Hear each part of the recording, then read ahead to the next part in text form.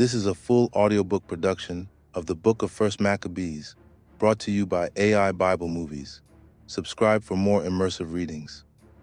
First Maccabees is a record of courage and faith, when righteous men rose against wicked rulers to defend the laws of the Most High.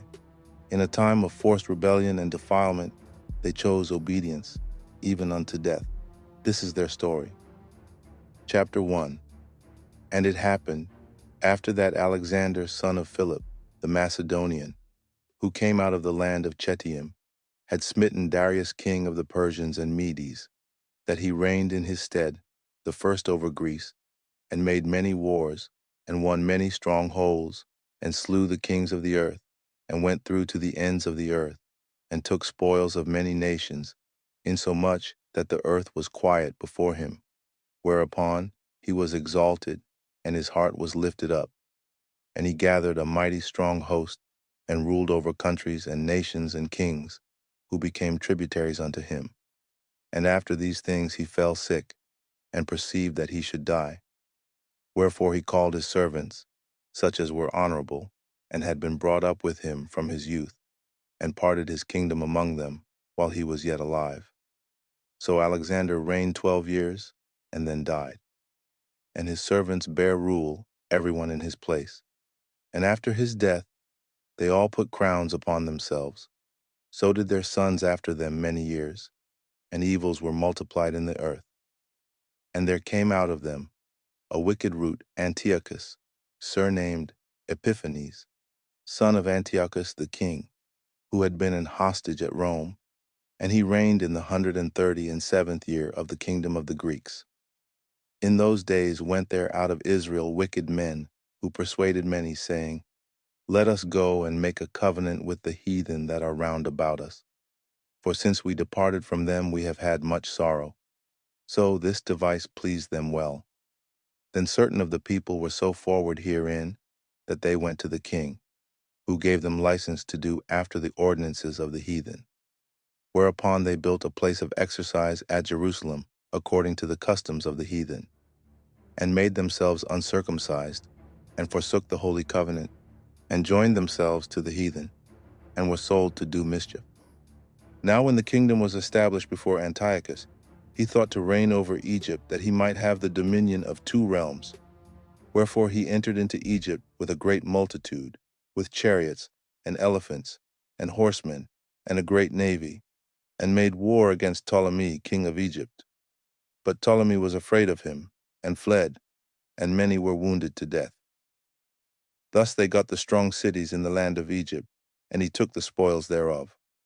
And after that Antiochus had smitten Egypt, he returned again in the 143rd year, and went up against Israel and Jerusalem with a great multitude, and entered proudly into the sanctuary, and took away the golden altar, and the candlestick of light, and all the vessels thereof, and the table of the shewbread, and the pouring vessels, and the vials, and the censers of gold, and the veil, and the crown, and the golden ornaments that were before the temple, all which he pulled off.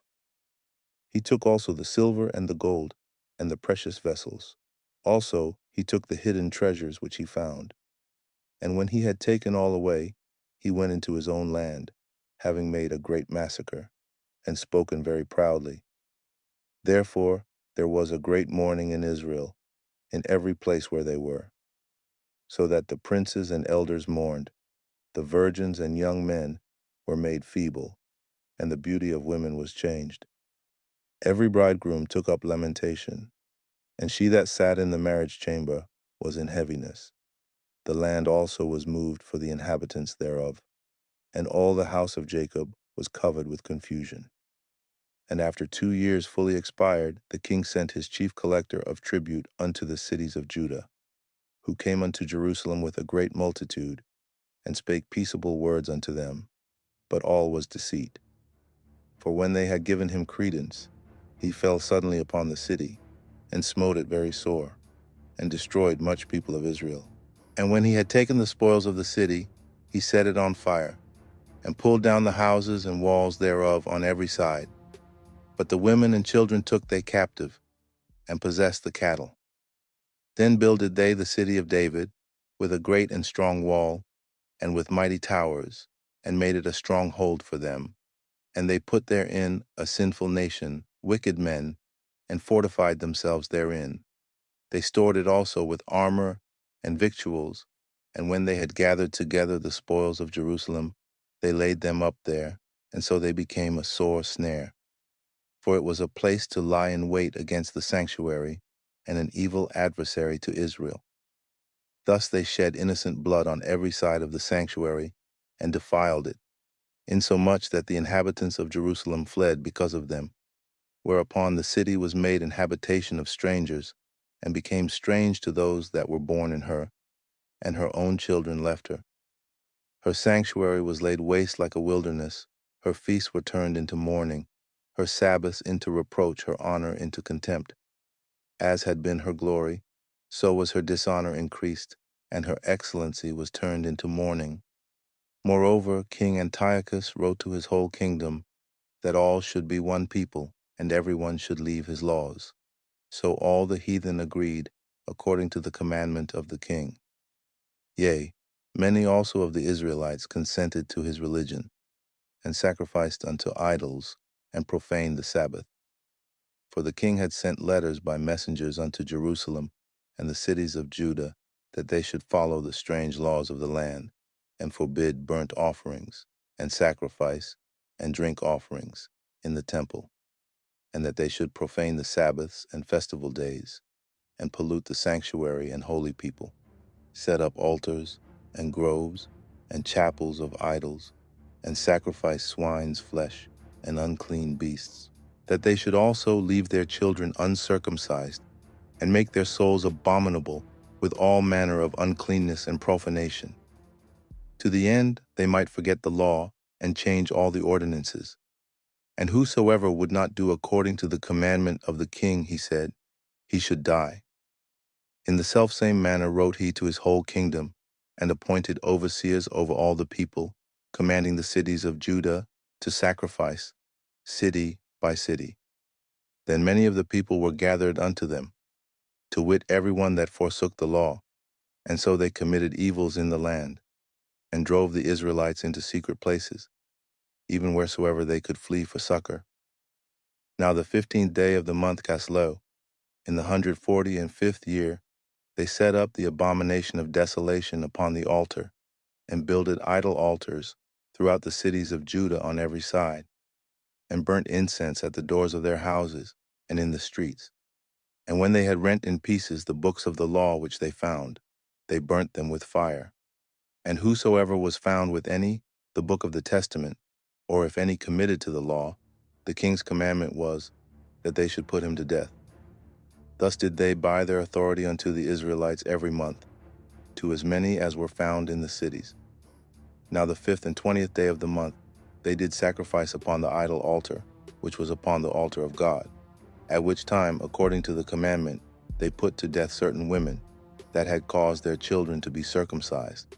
And they hanged the infants about their necks, and rifled their houses, and slew them that had circumcised them. Howbeit many in Israel were fully resolved and confirmed in themselves not to eat any unclean thing. Wherefore the rather to die, that they might not be defiled with meats, and that they might not profane the holy covenant. So then they died. And there was very great wrath upon Israel. Chapter 2. In those days arose Mattathias the son of John, the son of Simeon, a priest of the sons of Joarib from Jerusalem, and dwelt in Modan. And he had 5 sons, Joanan, called Caddis, Simon, called Thassi, Judas, who was called Maccabeus, Eleazar, called Avaran, and Jonathan, whose surname was Aphis. And when he saw the blasphemies that were committed in Judah and Jerusalem, he said, Woe is me! Wherefore was I born to see this misery of my people and of the holy city, and to dwell there, when it was delivered into the hand of the enemy, and the sanctuary into the hand of strangers. Her temple is become as a man without glory. Her glorious vessels are carried away into captivity. Her infants are slain in the streets, her young men with the sword of the enemy. What nation hath not had a part in her kingdom, and gotten of her spoils? All her ornaments are taken away. Of a free woman she is become a bondslave. And behold, our sanctuary, even our beauty and our glory, is laid waste, and the Gentiles have profaned it. To what end therefore shall we live any longer? Then Mattathias and his sons rent their clothes, and put on sackcloth, and mourned very sore. In the meanwhile the king's officers, such as compelled the people to revolt, came into the city Modin, to make them sacrifice. And when many of Israel came unto them, Mattathias also and his sons came together.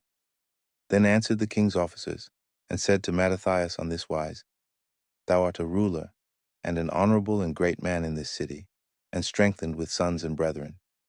Now therefore come thou first, and fulfill the king's commandment, like as all the heathen have done, yea, and the men of Judah also, and such as remain at Jerusalem. So shalt thou and thy house be in the number of the king's friends, and thou and thy children shall be honored with silver and gold and many rewards. Then Mattathias answered and spake with a loud voice, Though all the nations that are under the king's dominion obey him, and fall away everyone from the religion of their fathers, and give consent to his commandments, yet will I and my sons and my brethren walk in the covenant of our fathers. God forbid that we should forsake the law and the ordinances. We will not hearken to the king's words, to go from our religion either on the right hand or the left. Now when he had left speaking these words, there came one of the Jews in the sight of all, to sacrifice on the altar, which was at Modin, according to the king's commandment. Which thing when Mattathias saw, he was inflamed with zeal, and his reins trembled, neither could he forbear to show his anger according to judgment, wherefore he ran and slew him upon the altar. Also the king's commissioner, who compelled men to sacrifice, he killed at that time, and the altar he pulled down. Thus dealt he zealously for the law of God, like as Phinehas did, unto Zambri the son of Salom. And Mattathias cried throughout the city with a loud voice, saying, Whosoever is zealous of the law, and maintaineth the covenant, let him follow me. So he and his sons fled into the mountains, and left all that ever they had in the city. Then many that sought after justice and judgment went down into the wilderness to dwell there, both they and their children and their wives, and their cattle, because afflictions increased sore upon them.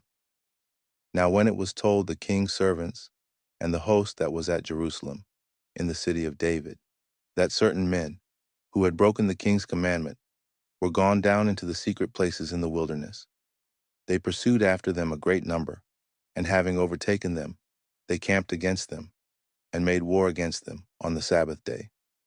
And they said unto them, Let that which ye have done hitherto suffice. Come forth, and do according to the commandment of the king, and ye shall live. But they said, We will not come forth, neither will we do the king's commandment, to profane the Sabbath day. So then they gave them the battle with all speed.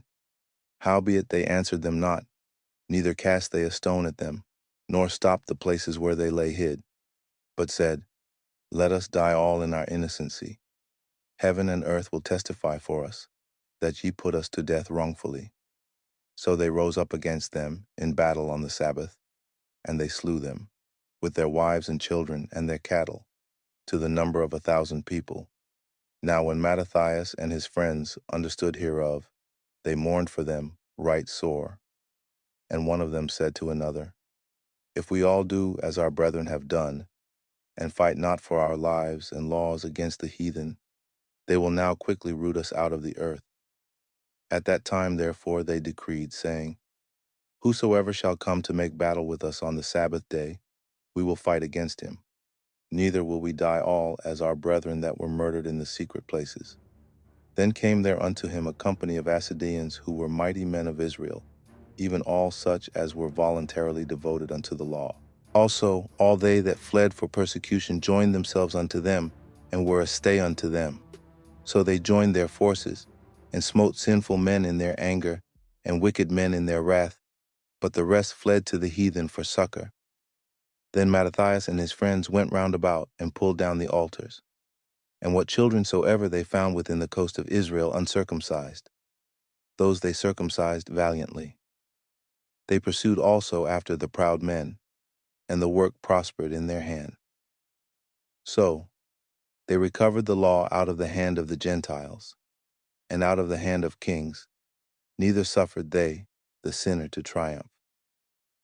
Now when the time drew near that Mattathias should die, he said unto his sons, Now hath pride and rebuke gotten strength, and the time of destruction, and the wrath of indignation. Now therefore, my sons, be ye zealous for the law, and give your lives for the covenant of your fathers. Call to remembrance what acts our fathers did in their time. So shall ye receive great honor and an everlasting name. Was not Abraham found faithful in temptation, and it was imputed unto him for righteousness? Joseph in the time of his distress kept the commandment and was made Lord of Egypt. Phinehas our father, in being zealous and fervent, obtained the covenant of an everlasting priesthood. Jesus, for fulfilling the word, was made a judge in Israel. Caleb, for bearing witness before the congregation, received the heritage of the land. David, for being merciful, possessed the throne of an everlasting kingdom. Elias, for being zealous and fervent for the law, was taken up into heaven. Ananias, Azarias, and Misael, by believing, were saved out of the flame. Daniel, for his innocency, was delivered from the mouth of lions. And thus consider ye throughout all ages, that none that put their trust in him shall be overcome. Fear not then the words of a sinful man, for his glory shall be dung and worms. Today he shall be lifted up, and tomorrow he shall not be found, because he is returned into his dust, and his thought is come to nothing. Wherefore, ye, my sons, be valiant, and show yourselves men in the behalf of the law. For by it shall ye obtain glory. And behold, I know that your brother Simon is a man of counsel. Give ear unto him alway, he shall be a father unto you. As for Judas Maccabeus, he hath been mighty and strong, even from his youth up. Let him be your captain, and fight the battle of the people. Take also unto you all those that observe the law, and avenge ye the wrong of your people. Recompense fully the heathen, and take heed to the commandments of the law. So he blessed them, and was gathered to his fathers. And he died in the 146th year, and his sons buried him in the sepulchres of his fathers at Modin, and all Israel made great lamentation for him. Chapter 3. Then his son Judas, called Maccabeus, rose up in his stead, and all his brethren helped him, and so did all they that held with his father, and they fought with cheerfulness the battle of Israel. So he gat his people great honor, and put on a breastplate as a giant, and girt his warlike harness about him, and he made battles, protecting the host with his sword. In his acts he was like a lion, and like a lion's whelp, roaring for his prey. For he pursued the wicked, and sought them out, and burnt up those that vexed his people. Wherefore the wicked shrunk for fear of him, and all the workers of iniquity were troubled, because salvation prospered in his hand. He grieved also many kings, and made Jacob glad with his acts, and his memorial is blessed forever. Moreover, he went through the cities of Judah, destroying the ungodly out of them, and turning away wrath from Israel, so that he was renowned unto the utmost part of the earth, and he received unto him such as were ready to perish. Then Apollonius gathered the Gentiles together, and a great host out of Samaria, to fight against Israel. Which thing when Judas perceived, he went forth to meet him, and so he smote him, and slew him. Many also fell down slain, but the rest fled. Wherefore Judas took their spoils, and Apollonius' sword also, and therewith he fought all his life long. Now when Siron, a prince of the army of Syria, heard say that Judas had gathered unto him a multitude and company of the faithful, to go out with him to war, he said, I will get me a name and honor in the kingdom, for I will go fight with Judas and them that are with him, who despise the king's commandment. So he made him ready to go up, and there went with him a mighty host of the ungodly to help him, and to be avenged of the children of Israel. And when he came near to the going up of Betharon, Judas went forth to meet him with a small company, who, when they saw the host coming to meet them, said unto Judas, How shall we be able, being so few, to fight against so great a multitude and so strong, seeing we are ready to faint with fasting all this day? Unto whom Judas answered, It is no hard matter for many to be shut up in the hands of a few, and with the God of heaven it is all one, to deliver with a great multitude, or a small company. For the victory of battle standeth not in the multitude of an host, but strength cometh from heaven. They come against us in much pride and iniquity to destroy us, and our wives and children, and to spoil us, but we fight for our lives and our laws. Wherefore the Lord himself will overthrow them before our face. And as for you, be ye not afraid of them. Now as soon as he had left off speaking, he leapt suddenly upon them, and so Saron and his host was overthrown before him. And they pursued them from the going down of Beth-horon unto the plain, where were slain about 800 men of them, and the residue fled into the land of the Philistines. Then began the fear of Judas and his brethren, and an exceeding great dread, to fall upon the nations round about them, insomuch as his fame came unto the king, and all nations talked of the battles of Judas. Now when King Antiochus heard these things, he was full of indignation, wherefore he sent and gathered together all the forces of his realm, even a very strong army. He opened also his treasure, and gave his soldiers pay for a year, commanding them to be ready whensoever he should need them. Nevertheless, when he saw that the money of his treasures failed, and that the tributes in the country were small, because of the dissension and plague, which he had brought upon the land in taking away the laws which had been of old time, he feared that he should not be able to bear the charges any longer, nor to have such gifts to give so liberally as he did before, for he had abounded above the kings that were before him. Wherefore, being greatly perplexed in his mind, he determined to go into Persia, there to take the tributes of the countries, and to gather much money. So he left Lysias, a nobleman, and one of the blood royal, to oversee the affairs of the king from the river Euphrates unto the borders of Egypt, and to bring up his son Antiochus, until he came again. Moreover, he delivered unto him the half of his forces, and the elephants, and gave him charge of all things that he would have done, as also concerning them that dwelt in Judah and Jerusalem, to wit, that he should send an army against them, to destroy and root out the strength of Israel, and the remnant of Jerusalem, and to take away their memorial from that place, and that he should place strangers in all their quarters, and divide their land by lot. So the king took the half of the forces that remained, and departed from Antioch, his royal city, the 147th year, and having passed the river Euphrates, he went through the high countries. Then Lysias chose Ptolemy, the son of Dorimenes, Nicanor, and Gorgias, mighty men of the king's friends, and with them he sent 40,000 footmen and 7,000 horsemen to go into the land of Judah, and to destroy it, as the king commanded. So they went forth with all their power, and came and pitched by Emmaus in the plain country.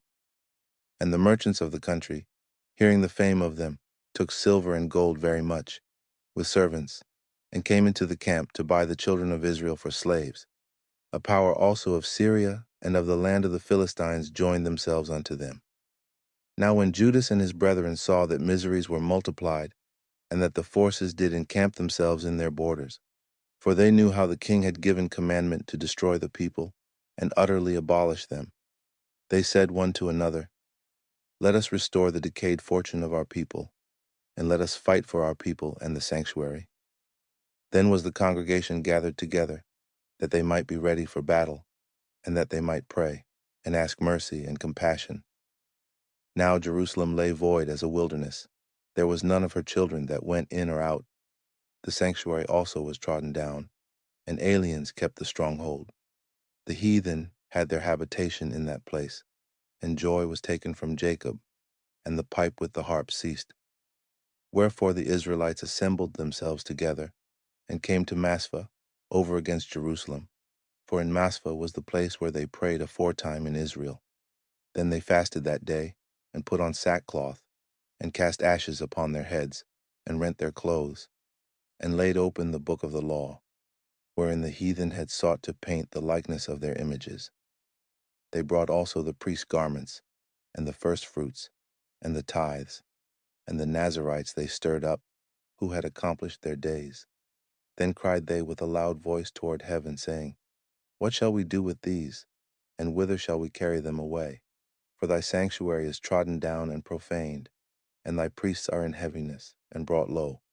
And lo, the heathen are assembled together against us to destroy us. What things they imagine against us thou knowest. How shall we be able to stand against them, except thou, O God, be our help? Then sounded they with trumpets, and cried with a loud voice. And after this Judas ordained captains over the people, even captains over thousands, and over hundreds, and over fifties, and over tens. But as for such as were building houses, or had betrothed wives, or were planting vineyards, or were fearful, those he commanded that they should return, every man to his own house according to the law. So the camp removed, and pitched upon the south side of Emmaus. And Judas said, Arm yourselves, and be valiant men, and see that ye be in readiness against the morning, that ye may fight with these nations that are assembled together against us to destroy us and our sanctuary. For it is better for us to die in battle than to behold the calamities of our people and our sanctuary. Nevertheless, as the will of God is in heaven, so let him do. Chapter 4. Then took Gorgias 5,000 footmen, and 1,000 of the best horsemen, and removed out of the camp by night, to the end he might rush in upon the camp of the Jews, and smite them suddenly, and the men of the fortress were his guides. Now when Judas heard thereof, he himself removed, and the valiant men with him, that he might smite the king's army which was at Emmaus, while as yet the forces were dispersed from the camp. In the mean season came Gorgias by night into the camp of Judas, and when he found no man there, he sought them in the mountains. For said he, These fellows flee from us. But as soon as it was day, Judas showed himself in the plain with 3,000 men, who nevertheless had neither armor nor swords to their minds.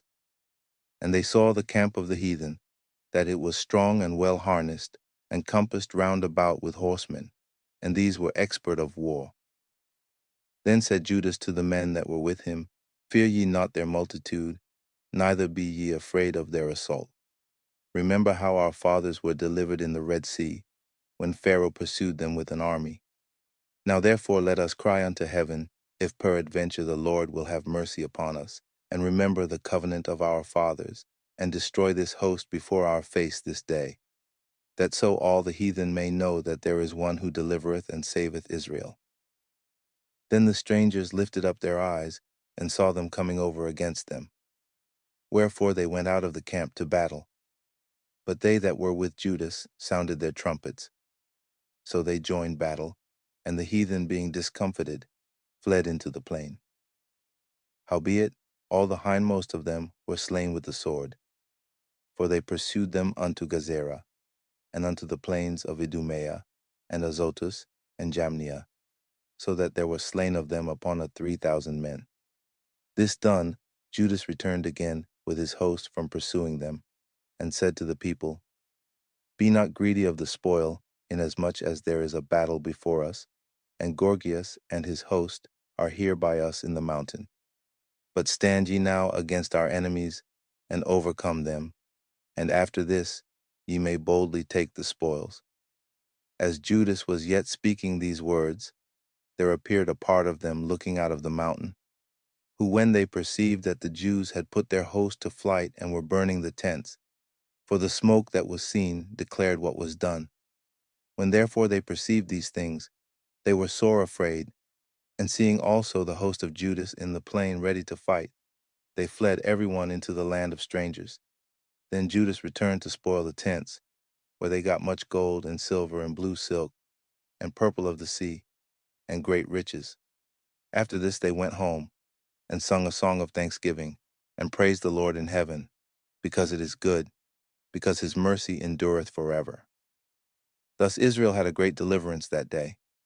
Now all the strangers that had escaped came and told Lysias what had happened, who, when he heard thereof, was confounded and discouraged, because neither such things as he would were done unto Israel, nor such things as the king commanded him were come to pass. The next year, therefore, following Lysias gathered together 70,000 choice men of foot, and 5,000 horsemen, that he might subdue them. So they came into Idumea, and pitched their tents at Bethsura, and Judas met them with 10,000 men. And when he saw that mighty army, he prayed and said, Blessed art thou, O Saviour of Israel, who didst quell the violence of the mighty man by the hand of thy servant David, and gavest the host of strangers into the hands of Jonathan, the son of Saul, and his armor-bearer. Shut up this army in the hand of thy people Israel, and let them be confounded in their power and horsemen. Make them to be of no courage, and cause the boldness of their strength to fall away, and let them quake at their destruction. Cast them down with the sword of them that love thee, and let all those that know thy name praise thee with thanksgiving. So they joined battle, and there were slain of the host of Lysias about 5,000 men. Even before them were they slain. Now when Lysias saw his army put to flight, and the manliness of Judas' soldiers, and how they were ready either to live or die valiantly, he went into Antiochia, and gathered together a company of strangers, and having made his army greater than it was, he purposed to come again into Judea. Then said Judas and his brethren, Behold, our enemies are discomfited. Let us go up to cleanse and dedicate the sanctuary. Upon this, all the host assembled themselves together, and went up into Mount Sion.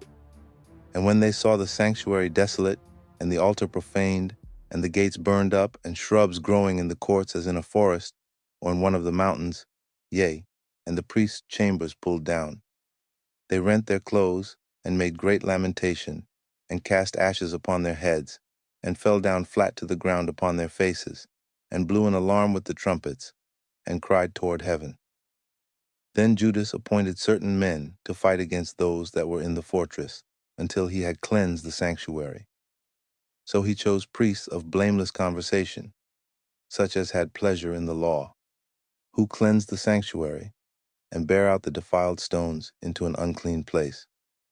And when as they consulted what to do with the altar of burnt offerings, which was profaned, they thought it best to pull it down, lest it should be a reproach to them, because the heathen had defiled it. Wherefore they pulled it down, and laid up the stones in the mountain of the temple in a convenient place, until there should come a prophet to show what should be done with them. Then they took whole stones according to the law, and built a new altar according to the former, and made up the sanctuary, and the things that were within the temple, and hallowed the courts. They made also new holy vessels, and into the temple they brought the candlestick, and the altar of burnt offerings, and of incense, and the table. And upon the altar they burned incense, and the lamps that were upon the candlestick they lighted, that they might give light in the temple. Furthermore, they set the loaves upon the table, and spread out the veils, and finished all the works which they had begun to make. Now on the 25th day of the 9th month, which is called the month Caslu, in the 148th year, they rose up betimes in the morning, and offered sacrifice according to the law upon the new altar of burnt offerings, which they had made.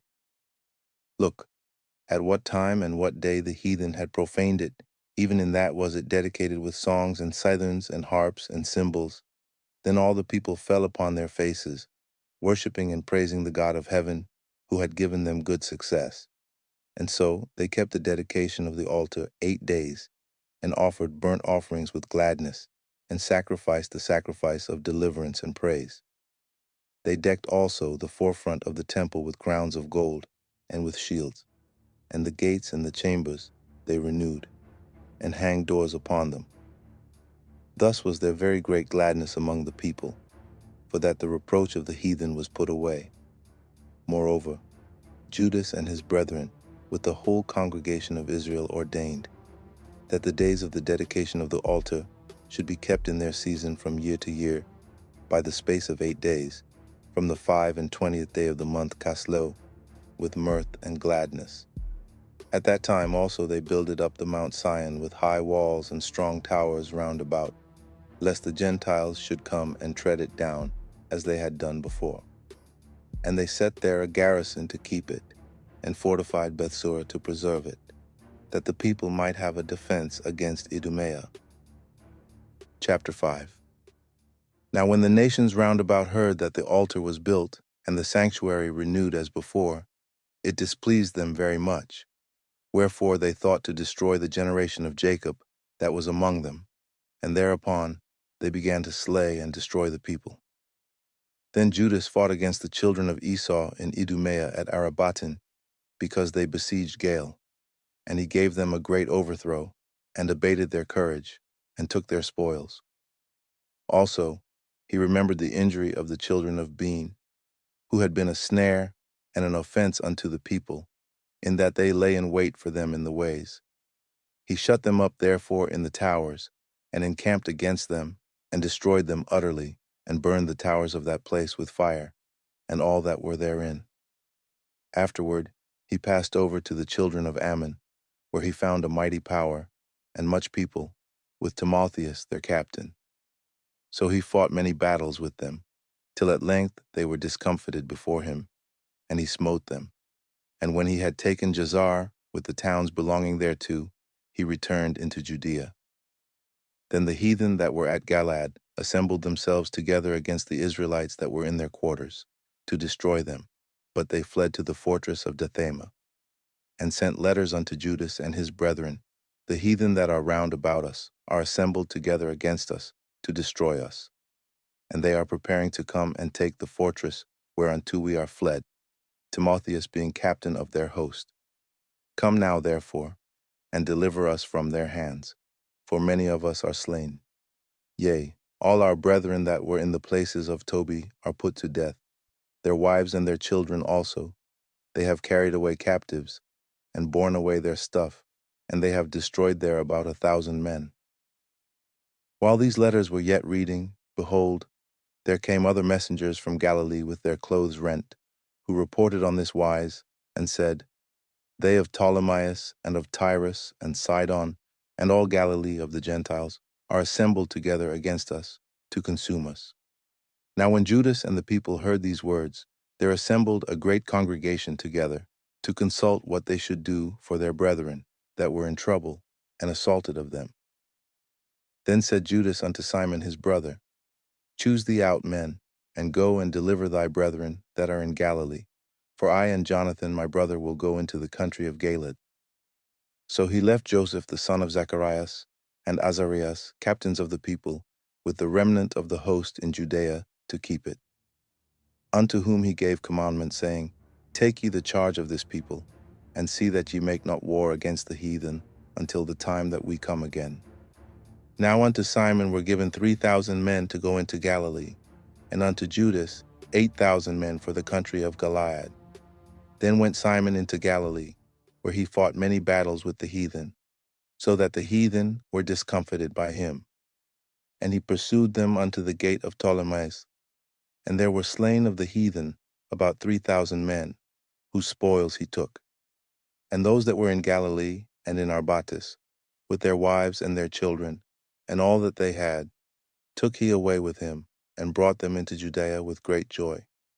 Judas Maccabeus also and his brother Jonathan went over Jordan, and traveled 3 days' journey in the wilderness, where they met with the Nabathites, who came unto them in a peaceable manner, and told them everything that had happened to their brethren in the land of Galaad, and how that many of them were shut up in Bosora, and Bosor, and Alema, Casphor, Maked, and Karnaim.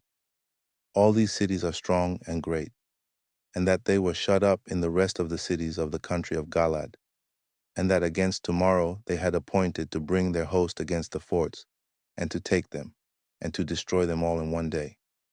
Hereupon Judas and his host turned suddenly by the way of the wilderness unto Bosora, and when he had won the city, he slew all the males with the edge of the sword, and took all their spoils, and burned the city with fire, from whence he removed by night, and went till he came to the fortress.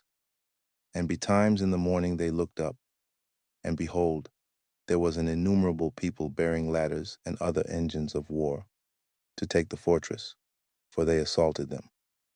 When Judas therefore saw that the battle was begun, and that the cry of the city went up to heaven with trumpets and a great sound, he said unto his host, Fight this day for your brethren. So he went forth behind them in 3 companies, who sounded their trumpets, and cried with prayer. Then the host of Timotheus, knowing that it was Maccabeus, fled from him. Wherefore he smote them with a great slaughter, so that there were killed of them that day about 8,000 men.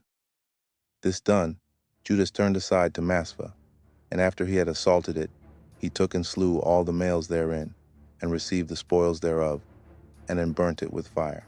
From thence went he, and took Casphon, Maged, Bosor, and the other cities of the country of Galad.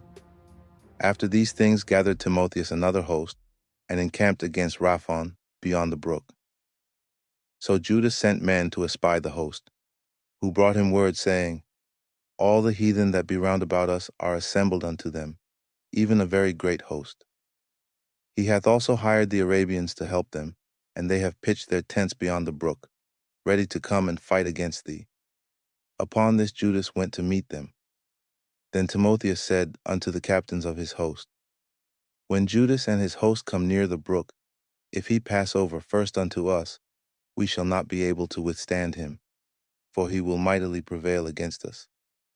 But if he be afraid, and camp beyond the river, we shall go over unto him, and prevail against him. Now when Judas came near the brook, he caused the scribes of the people to remain by the brook, unto whom he gave commandment, saying, Suffer no man to remain in the camp, but let all come to the battle. So he went first over unto them, and all the people after him. Then all the heathen, being discomfited before him, cast away their weapons, and fled unto the temple that was at Carnaim. But they took the city, and burned the temple with all that were therein. Thus was Carnaim subdued, neither could they stand any longer before Judas. Then Judas gathered together all the Israelites that were in the country of Galad, from the least unto the greatest, even their wives and their children, and their stuff, a very great host, to the end they might come into the land of Judea.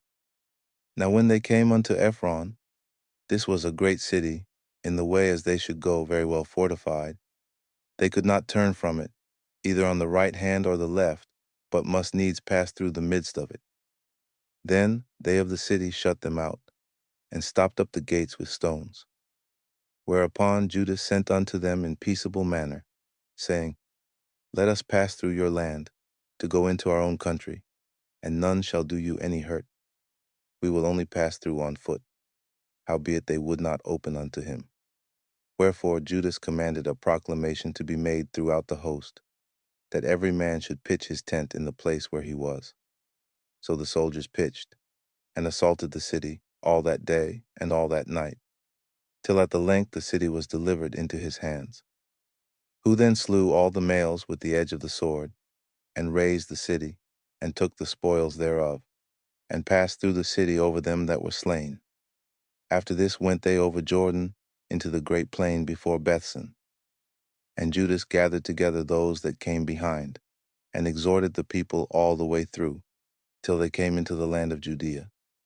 So they went up to Mount Sion with joy and gladness, where they offered burnt offerings, because not one of them were slain until they had returned in peace. Now what time as Judas and Jonathan were in the land of Galad, and Simon his brother in Galilee before Ptolemais, Joseph the son of Zacharias, and Azarias, captains of the garrisons, heard of the valiant acts and warlike deeds which they had done. Wherefore they said, Let us also get us a name, and go fight against the heathen that are round about us. So when they had given charge unto the garrison that was with them, they went toward Jamnia. Then came Gorgias and his men out of the city to fight against them. And so it was, that Joseph and Azarias were put to flight, and pursued unto the borders of Judea. And there were slain that day of the people of Israel about 2,000 men. Thus was there a great overthrow among the children of Israel, because they were not obedient unto Judas and his brethren, but thought to do some valiant act. Moreover, these men came not of the seed of those, by whose hand deliverance was given unto Israel.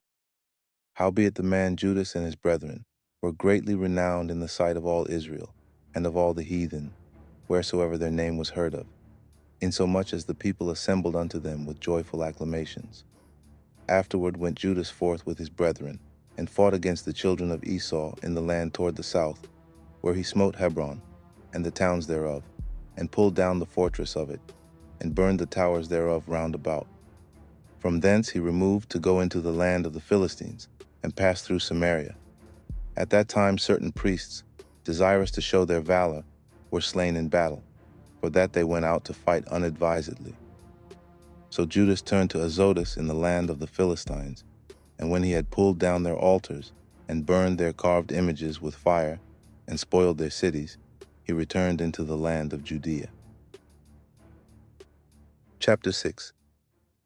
About that time King Antiochus, traveling through the high countries, heard say that Elymas in the country of Persia was a city greatly renowned for riches, silver, and gold, and that there was in it a very rich temple, wherein were coverings of gold and breastplates and shields, which Alexander, son of Philip, the Macedonian king, who reigned first among the Grecians, had left there. Wherefore he came and sought to take the city, and to spoil it. But he was not able, because they of the city, having had warning thereof, rose up against him in battle. So he fled, and departed thence with great heaviness, and returned to Babylon. Moreover, there came one who brought him tidings into Persia, that the armies which went against the land of Judea were put to flight, and that Lysias, who went forth first with a great power, was driven away of the Jews, and that they were made strong by the armor and power and store of spoils, which they had gotten of the armies whom they had destroyed. Also, that they had pulled down the abomination which he had set up upon the altar in Jerusalem, and that they had compassed about the sanctuary with high walls, as before, and his city Bethsura. Now when the king heard these words, he was astonished and sore moved. Whereupon he laid him down upon his bed, and fell sick for grief, because it had not befallen him as he looked for. And there he continued many days, for his grief was ever more and more, and he made account that he should die. Wherefore he called for all his friends, and said unto them, The sleep is gone from mine eyes, and my heart faileth for very care. And I thought with myself, Into what tribulation am I come, and how great a flood of misery is it, wherein now I am? For I was bountiful and beloved in my power. But now I remember the evils that I did at Jerusalem, and that I took all the vessels of gold and silver that were therein, and sent to destroy the inhabitants of Judea without a cause. I perceive therefore that for this cause these troubles are come upon me. And behold, I perish through great grief in a strange land. Then called he for Philip, one of his friends, who he made ruler over all his realm, and gave him the crown, and his robe, and his signet, to the end he should bring up his son Antiochus, and nourish him up for the kingdom. So King Antiochus died there in the 149th year. Now when Lysias knew that the king was dead, he set up Antiochus his son, whom he had brought up being young, to reign in his stead, and his name he called Eupator. About this time they that were in the tower shut up the Israelites round about the sanctuary, and sought always their hurt, and the strengthening of the heathen. Wherefore Judas, purposing to destroy them, called all the people together to besiege them. So they came together and besieged them in the 150th year, and he made mounts for shot against them, and other engines. Howbeit certain of them that were besieged got forth, unto whom some ungodly men of Israel joined themselves. And they went unto the king, and said, How long will it be ere thou execute judgment, and avenge our brethren? We have been willing to serve thy father, and to do as he would have us, and to obey his commandments, for which cause they of our nation besiege the tower, and are alienated from us.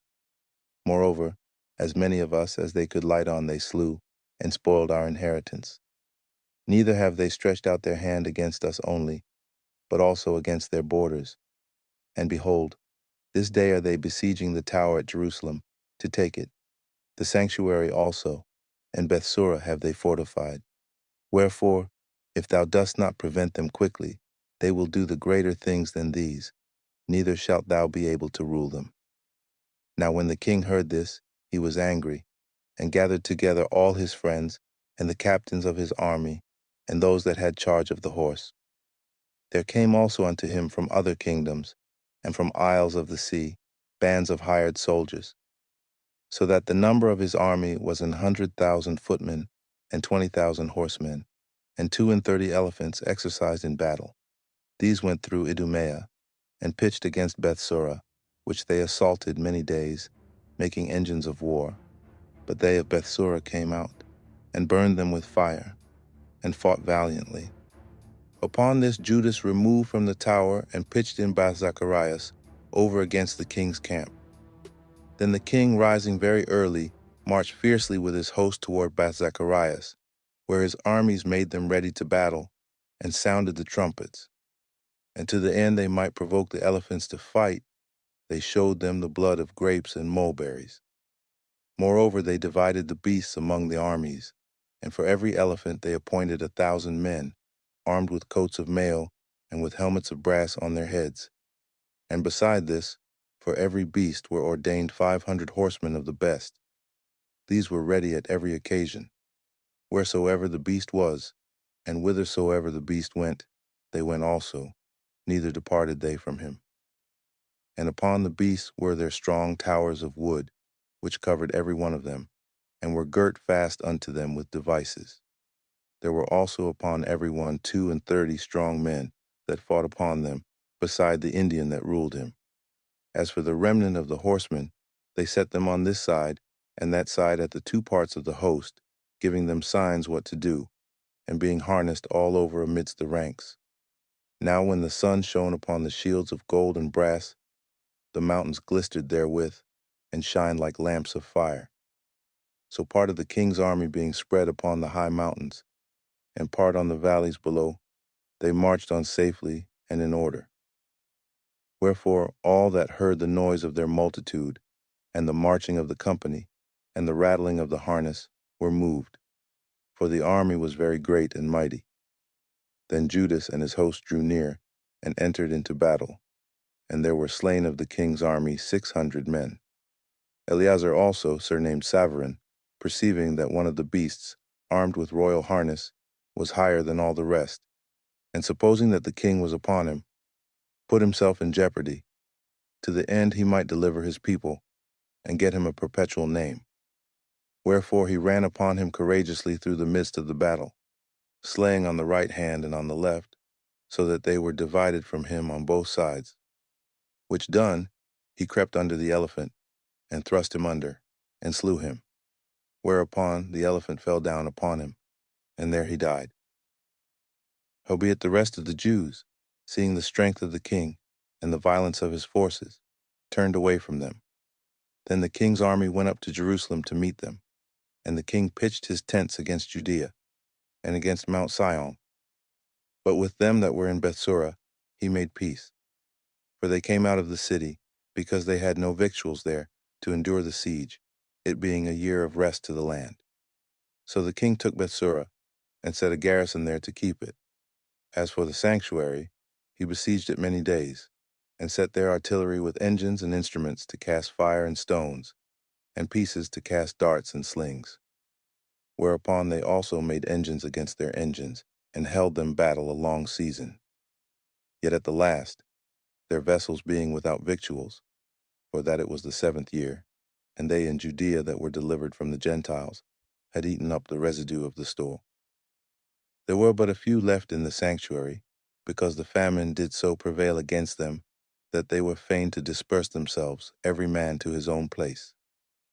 At that time Lysias heard say, that Philip, whom Antiochus the king, whilst he lived, had appointed to bring up his son Antiochus, that he might be king, was returned out of Persia and Media, and the king's host also that went with him, and that he sought to take unto him the ruling of the affairs. Wherefore he went in all haste, and said to the king and the captains of the host and the company, We decay daily, and our victuals are but small, and the place we lay siege unto is strong, and the affairs of the kingdom lie upon us. Now therefore let us be friends with these men, and make peace with them, and with all their nation. and covenant with them, that they shall live after their laws, as they did before. For they are therefore displeased, and have done all these things, because we abolished their laws. So the king and the princes were content. Wherefore he sent unto them to make peace, and they accepted thereof. Also the king and the princes made an oath unto them, whereupon they went out of the stronghold. Then the king entered into Mount Sion, but when he saw the strength of the place, he broke his oath that he had made, and gave commandment to pull down the wall round about. Afterward departed he in all haste, and returned unto Antiochus, where he found Philip to be master of the city. So he fought against him, and took the city by force. Chapter 7. In the 150th year, Demetrius the son of Seleucus departed from Rome, and came up with a few men unto a city of the sea coast, and reigned there. And as he entered into the palace of his ancestors, so it was, that his forces had taken Antiochus and Lysias, to bring them unto him. Wherefore, when he knew it, he said, Let me not see their faces. So his host slew them. Now when Demetrius was set upon the throne of his kingdom, there came unto him all the wicked and ungodly men of Israel, having Alcimus, who was desirous to be high priest, for their captain. And they accused the people to the king, saying, Judas and his brethren have slain all thy friends, and driven us out of our own land. Now therefore send some man whom thou trustest, and let him go and see what havoc he hath made among us, and in the king's land, and let him punish them with all them that aid them. Then the king chose Maccabees, a friend of the king, who ruled beyond the flood, and was a great man in the kingdom, and faithful to the king, and him he sent with that wicked Alcimus, whom he made high priest, and commanded that he should take vengeance of the children of Israel. So they departed, and came with a great power into the land of Judea, where they sent messengers to Judas and his brethren with peaceable words, deceitfully. But they gave no heed to their words, for they saw that they were come with a great power. Then did there assemble unto Alcimus and Maccabees a company of scribes, to require justice. Now the Assadeans were the first among the children of Israel that sought peace of them. For said they, One that is a priest of the seed of Aaron is come with this army, and he will do us no wrong. So he spake unto them, peaceably, and sware unto them, saying, We will procure the harm neither of you nor your friends. Whereupon they believed him. Howbeit he took of them 80 men, and slew them in one day, according to the words which he wrote. The flesh of thy saints have they cast out, and their blood have they shed round about Jerusalem, and there was none to bury them. Wherefore the fear and dread of them fell upon all the people, who said, There is neither truth nor righteousness in them, for they have broken the covenant and oath that they made. After this, removed Maccabees from Jerusalem, and pitched his tents in Bezeth, where he sent and took many of the men that had forsaken him, and certain of the people also, and when he had slain them, he cast them into the great pit. Then committed he the country to Alcimus, and left with him a power to aid him. So Maccabees went to the king, but Alcimus contended for the high priesthood, and unto him resorted all such as troubled the people, who, after they had gotten the land of Judah into their power, did much hurt in Israel. Now when Judas saw all the mischief that Alcimus and his company had done among the Israelites, even above the heathen, he went out into all the coasts of Judea round about, and took vengeance of them that had revolted from him, so that they durst no more go forth into the country. On the other side, when Alcimus saw that Judas and his company had gotten the upper hand, and knew that he was not able to abide their force, he went again to the king, and said all the worst of them that he could. Then the king sent Nicanor, one of his honorable princes, a man that bare deadly hate unto Israel, with commandment to destroy the people. So Nicanor came to Jerusalem with a great force, and sent unto Judas and his brethren deceitfully with friendly words, saying, Let there be no battle between me and you. I will come with a few men, that I may see you in peace. He came therefore to Judas, and they saluted one another peaceably. Howbeit the enemies were prepared to take away Judas by violence. which thing after it was known to Judas, to wit, that he came unto him with deceit, he was sore afraid of him, and would see his face no more. Nicanor also, when he saw that his counsel was discovered, went out to fight against Judas beside Capharsalama, where there were slain of Nicanor's side about 5,000 men, and the rest fled into the city of David. After this went Nicanor up to Mount Sion, and there came out of the sanctuary certain of the priests and certain of the elders of the people, to salute him peaceably, and to show him the burnt sacrifice that was offered for the king. But he mocked them, and laughed at them, and abused them shamefully, and spake proudly, and sware in his wrath, saying, Unless Judas and his host be now delivered into my hands, if ever I come again in safety, I will burn up this house. And with that he went out in a great rage. Then the priests entered in, and stood before the altar in the temple, weeping and saying, Thou, O Lord, didst choose this house to be called by thy name, and to be a house of prayer and petition for thy people. Be avenged of this man and his host, and let them fall by the sword. Remember their blasphemies, and suffer them not to continue any longer. So Nicanor went out of Jerusalem, and pitched his tents in Betharon, where an host out of Syria met him. But Judas pitched in Adasa with 3,000 men, and there he prayed, saying, O Lord, when they that were sent from the king of the Assyrians blasphemed, thine angel went out, and smote 180,500 of them. Even so, destroy thou this host before us this day, that the rest may know that he hath spoken blasphemously against thy sanctuary, and judge thou him according to his wickedness. So the 13th day of the month, Adar the host joined battle. But Nicanor's host was discomfited, and he himself was first slain in the battle. Now when Nicanor's host saw that he was slain, they cast away their weapons, and fled. Then they pursued after them a day's journey, from Adasa unto Gazera, sounding an alarm after them with their trumpets. Whereupon they came forth out of all the towns of Judea round about, and closed them in, so that they, turning back upon them that pursued them, were all slain with the sword, and not one of them was left. Afterwards they took the spoils, and the prey, and smote off Nicanor's head, and his right hand, which he stretched out so proudly, and brought them away, and hanged them up toward Jerusalem. For this cause the people rejoiced greatly, and they kept that day a day of great gladness. Moreover, they ordained to keep yearly this day, being the 13th of Adar. Thus the land of Judah was in rest a little while. Chapter 8. Now Judas had heard of the Romans, that they were mighty and valiant men, and such as would lovingly accept all that joined themselves unto them, and make a league of amity with all that came unto them, and that they were men of great valor.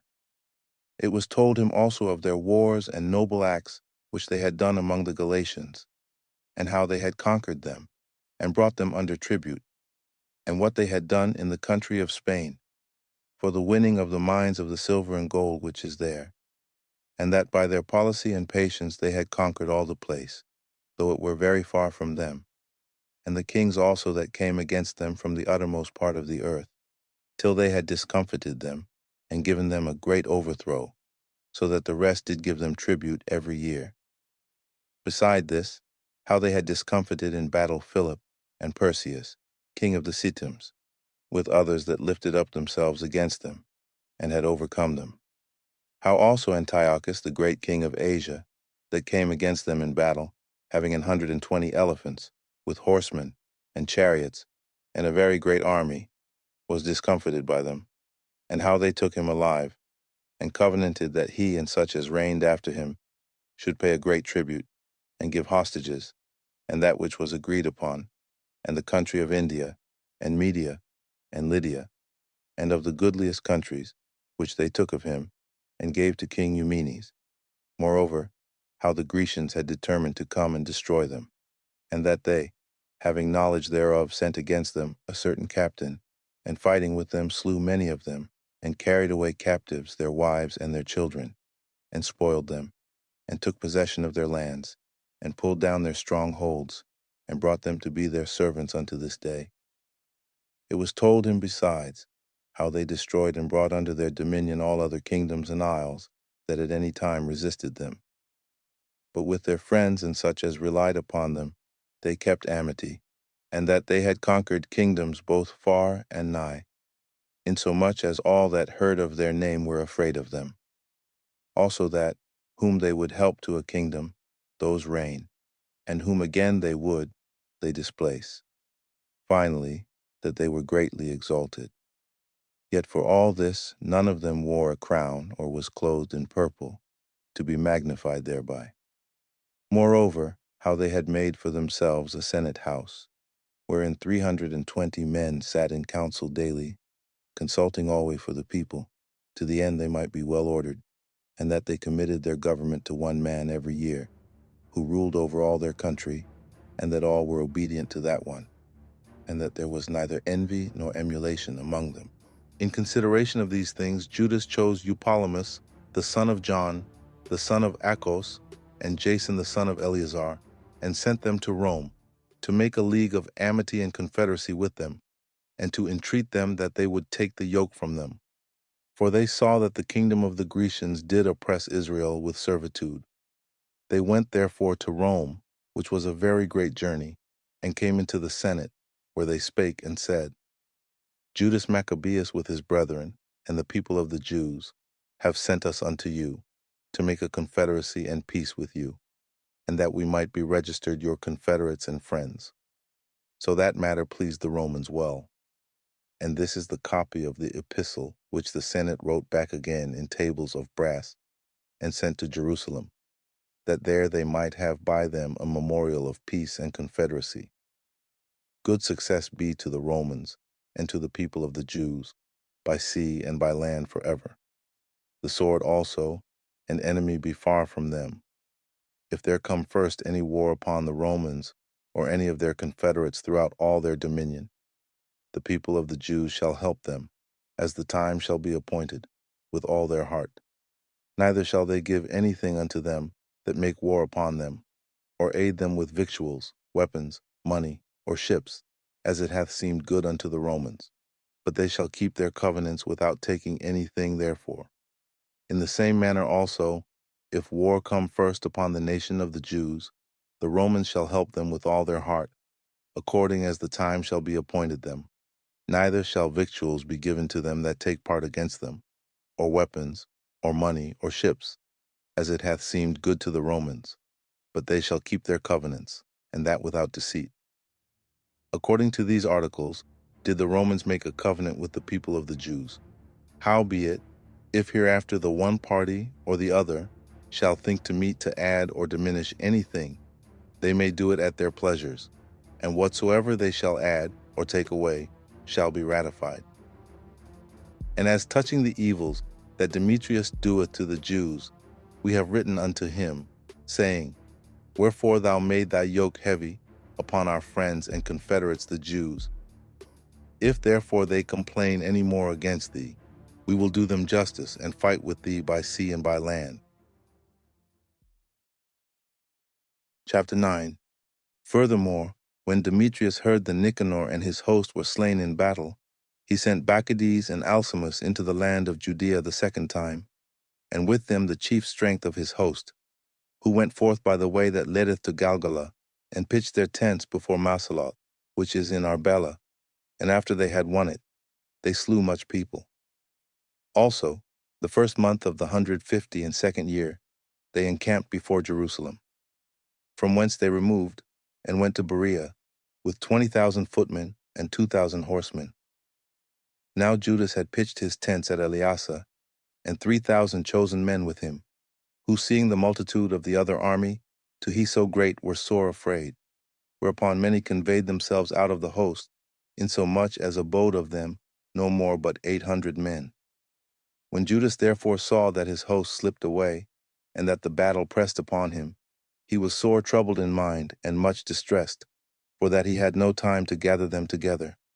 Nevertheless unto them that remained he said, Let us arise and go up against our enemies, if peradventure we may be able to fight with them. But they dehorted him, saying, We shall never be able. Let us now rather save our lives, and hereafter we will return with our brethren, and fight against them, for we are but few." Then Judas said, "God forbid that I should do this thing, and flee away from them. If our time be come, let us die manfully for our brethren, and let us not stain our honor."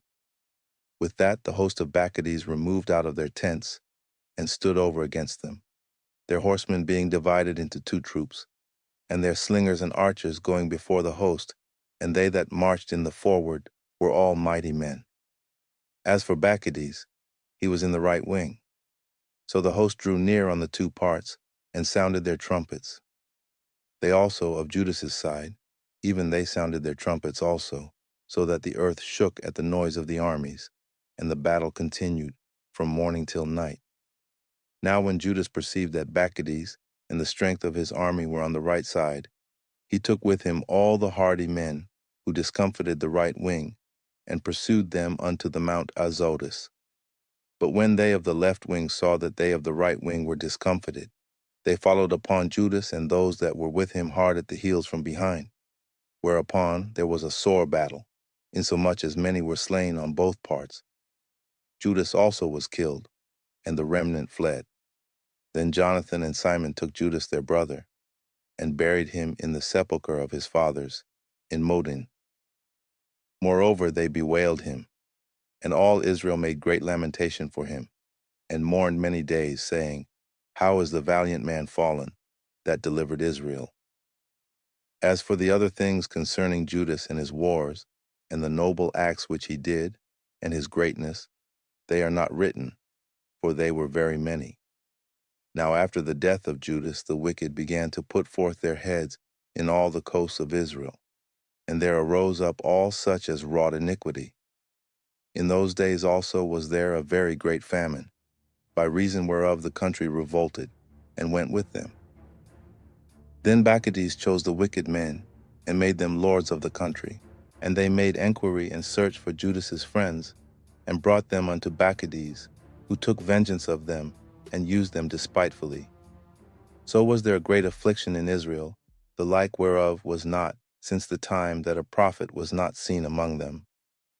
For this cause all Judas's friends came together, and said unto Jonathan, "Since thy brother Judas died, we have no man like him to go forth against our enemies, and Bacchides, and against them of our nation that are adversaries to us. Now therefore we have chosen thee this day to be our prince and captain in his stead, that thou mayest fight our battles." Upon this, Jonathan took the governance upon him at that time, and rose up instead of his brother Judas. But when Bacchides got knowledge thereof, he sought for to slay him. Then Jonathan, and Simon his brother, and all that were with him, perceiving that, fled into the wilderness of Thaco, and pitched their tents by the water of the pool Asphar, which when Bacchides understood, he came near to Jordan with all his host upon the Sabbath day. Now Jonathan had sent his brother John, a captain of the people, to pray his friends the Nabathites, that they might leave with them their carriage, which was much.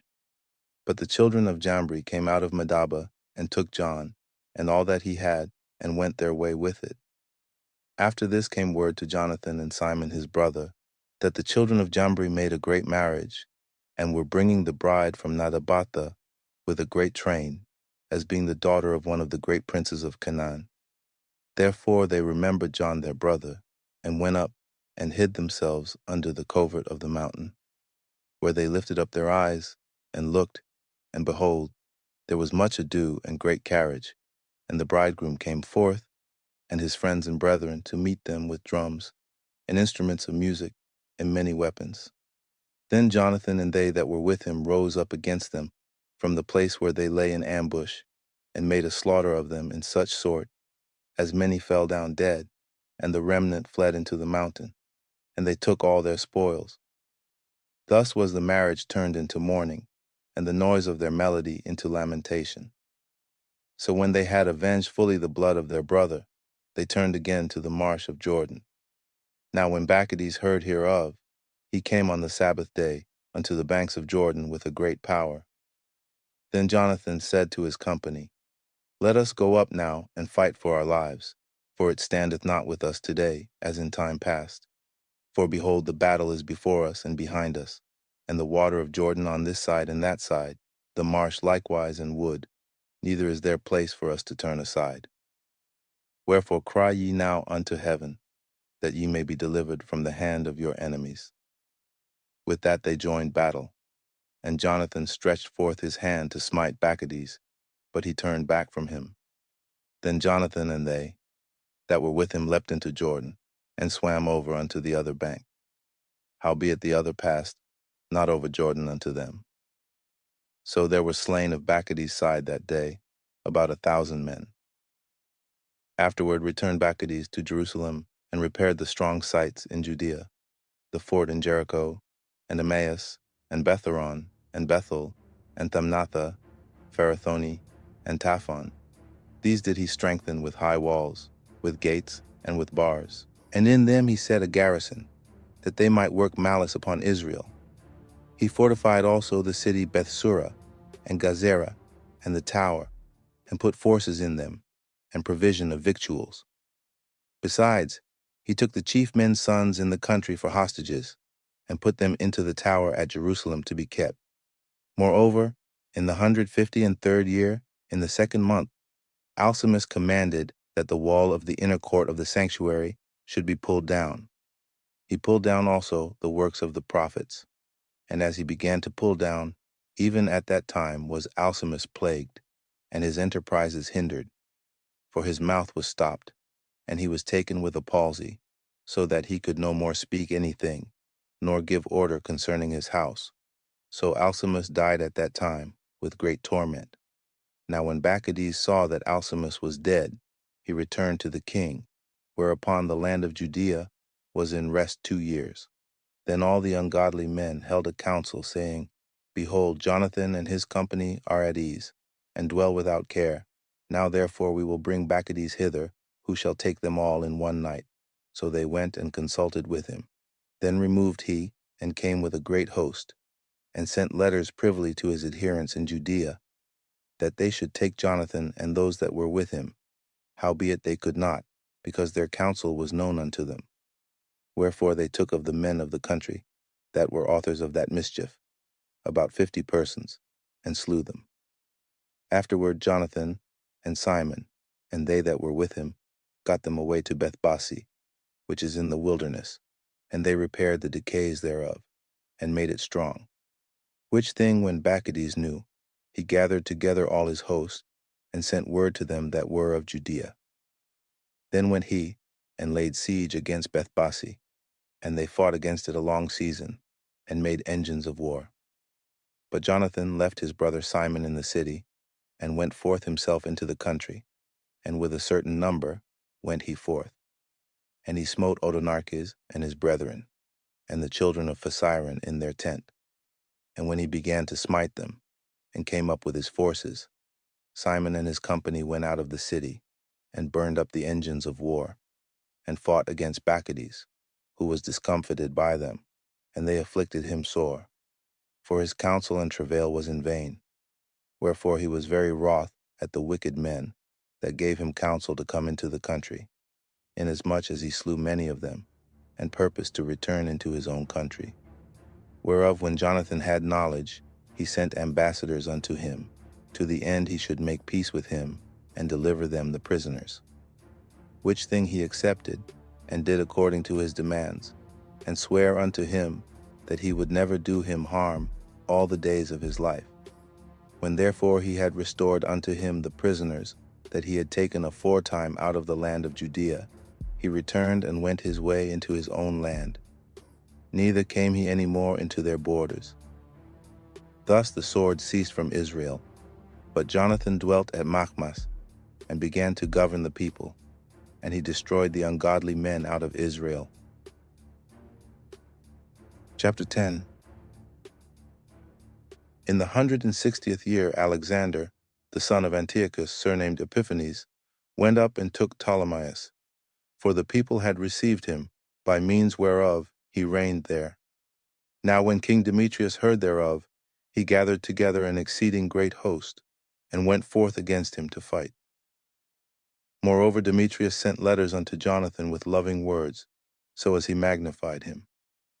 For said he, let us first make peace with him, before he join with Alexander against us. Else he will remember all the evils that we have done against him, and against his brethren and his people. Wherefore he gave him authority to gather together an host, and to provide weapons, that he might aid him in battle. He commanded also that the hostages that were in the tower should be delivered him. Then came Jonathan to Jerusalem, and read the letters in the audience of all the people, and of them that were in the tower, who were sore afraid, when they heard that the king had given him authority to gather together an host. Whereupon they of the tower delivered their hostages unto Jonathan, and he delivered them unto their parents. This done, Jonathan settled himself in Jerusalem, and began to build and repair the city. And he commanded the workmen to build the walls, and the Mount Sion, and about with square stones for fortification, and they did so. Then the strangers, that were in the fortresses which Maccabees had built, fled away, insomuch as every man left his place, and went into his own country. Only at Bethsura, certain of those that had forsaken the law and the commandments remained still, for it was their place of refuge. Now when King Alexander had heard what promises Demetrius had sent unto Jonathan, when also it was told him of the battles and noble acts which he and his brethren had done, and of the pains that they had endured, he said, shall we find such another man? Now therefore we will make him our friend and confederate. Upon this he wrote a letter, and sent it unto him, according to these words, saying, King Alexander to his brother Jonathan sendeth greeting. We have heard of thee, that thou art a man of great power, and meet to be our friend. Wherefore now this day we ordain thee to be the high priest of thy nation, and to be called the king's friend. And therewithal he sent him a purple robe and a crown of gold, and require thee to take our part, and keep friendship with us. So in the 7th month of the 160th year, at the feast of the tabernacles, Jonathan put on the holy robe, and gathered together forces, and provided much armor. Whereof when Demetrius heard, he was very sorry, and said, What have we done, that Alexander hath prevented us in making amity with the Jews, to strengthen himself? I also will write unto them words of encouragement, and promise them dignities and gifts, that I may have their aid. He sent unto them therefore to this effect, King Demetrius unto the people of the Jews sendeth greeting. Whereas ye have kept covenants with us, and continued in our friendship, not joining yourselves with our enemies, we have heard hereof, and are glad. Wherefore now continue ye still to be faithful unto us, and we will well recompense you for the things ye do in our behalf, and will grant you many immunities, and give you rewards. And now do I free you, and for your sake I release all the Jews from tributes, and from the customs of salt, and from crown taxes, and from that which appertaineth unto me to receive for the third part or the seed, and the half of the fruit of the trees, I release it from this day forth, so that they shall not be taken of the land of Judea, nor of the 3 governments which are added thereunto out of the country of Samaria and Galilee, from this day forth forevermore. Let Jerusalem also be holy and free, with the borders thereof, both from tenths and tributes. And as for the tower which is at Jerusalem, I yield up authority over it, and give the high priest, that he may set in it such men as he shall choose to keep it. Moreover, I freely set at liberty every one of the Jews that were carried captives out of the land of Judea into any part of my kingdom, and I will that all my officers remit the tributes, even of their cattle. Furthermore, I will that all the feasts and Sabbaths and new moons and solemn days and the 3 days before the feast and the 3 days after the feast shall be all of immunity and freedom for all the Jews in my realm. Also no man shall have authority to meddle with or to molest any of them in any matter. I will further that there be enrolled among the king's forces about 30,000 men of the Jews, unto whom pay shall be given, as belongeth to all king's forces. And of them some shall be placed in the king's strongholds, of whom also some shall be set over the affairs of the kingdom, which are of trust. And I will that their overseers and governors be of themselves, and that they live after their own laws, even as the king hath commanded in the land of Judea. And concerning the 3 governments that are added to Judea, from the country of Samaria, let them be joined with Judea, that they may be reckoned to be under one, nor bound to obey other authority than the high priests. As for Ptolemaeus, and the land pertaining thereto, I give it as a free gift to the sanctuary at Jerusalem for the necessary expenses of the sanctuary. Moreover, I give every year 15,000 shekels of silver out of the king's accounts from the places appertaining, and all the overplus, which the officers paid not in as in former time, from henceforth shall be given toward the works of the temple. And beside this, the 5,000 shekels of silver, which they took from the uses of the temple out of the accounts year by year, even those things shall be released, because they appertain to the priests that minister. And whosoever they be, that flee unto the temple at Jerusalem, or be within the liberties hereof, being indebted unto the king, or for any other matter, let them be at liberty, and all that they have in my realm. For the building also and repairing of the works of the sanctuary expenses shall be given of the king's accounts. Yea, and for the building of the walls of Jerusalem, and the fortifying thereof round about, expenses shall be given out of the king's accounts, as also for the building of the walls in Judea. Now, when Jonathan and the people heard these words, they gave no credit unto them, nor received them, because they remembered the great evil that he had done in Israel, for he had afflicted them very sore. But with Alexander they were well pleased, because he was the first that entreated of true peace with them, and they were confederate with him always. Then gathered King Alexander great forces, and camped over against Demetrius. And after the 2 kings had joined battle, Demetrius's host fled, but Alexander followed after him, and prevailed against them. And he continued the battle very sore until the sun went down, and that day was Demetrius slain.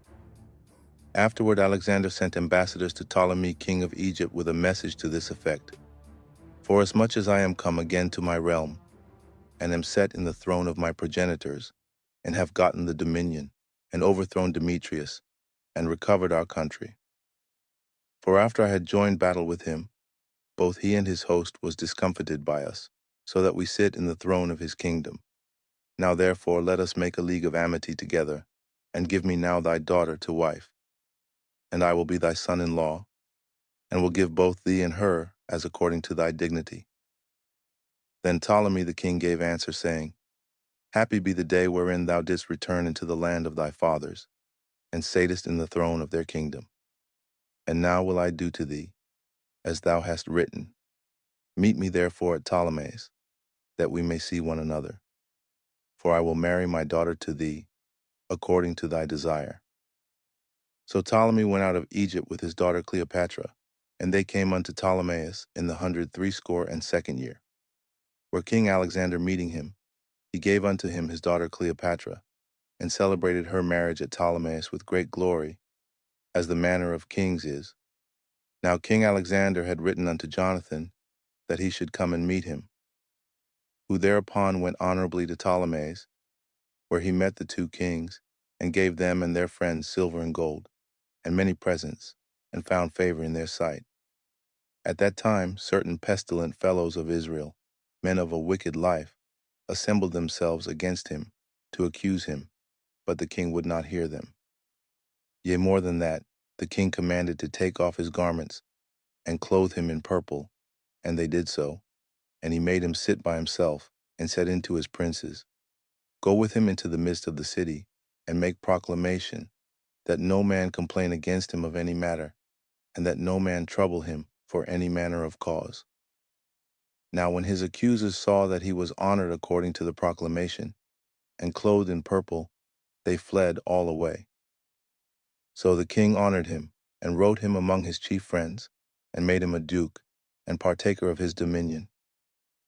Afterward Jonathan returned to Jerusalem with peace and gladness. Furthermore, in the 165th year came Demetrius, son of Demetrius, out of Crete into the land of his fathers, whereof when King Alexander heard tell, he was right sorry, and returned into Antioch. Then Demetrius made Apollonius the governor of Celesyria his general, who gathered together a great host, and camped in Jamnia, and sent unto Jonathan the high priest, saying, Thou alone liftest up thyself against us, and I am laughed to scorn for thy sake, and reproached. And why dost thou vaunt thy power against us in the mountains? Now therefore, if thou trustest in thine own strength, come down to us into the plain field, and there let us try the matter together. For with me is the power of the cities. Ask and learn who I am, and the rest that take our part, and they shall tell thee that thy foot is not able to flight in their own land. Wherefore now thou shalt not be able to abide the horsemen, and so great a power in the plain, where is neither stone nor flint, nor place to flee unto. So when Jonathan heard these words of Apollonius, he was moved in his mind, and choosing 10,000 men, he went out of Jerusalem, where Simon his brother met him for to help him, and he pitched his tents against Joppa. But they of Joppa shut him out of the city, because Apollonius had a garrison there. Then Jonathan laid siege unto it, whereupon they of the city let him in for fear, and so Jonathan won Joppa.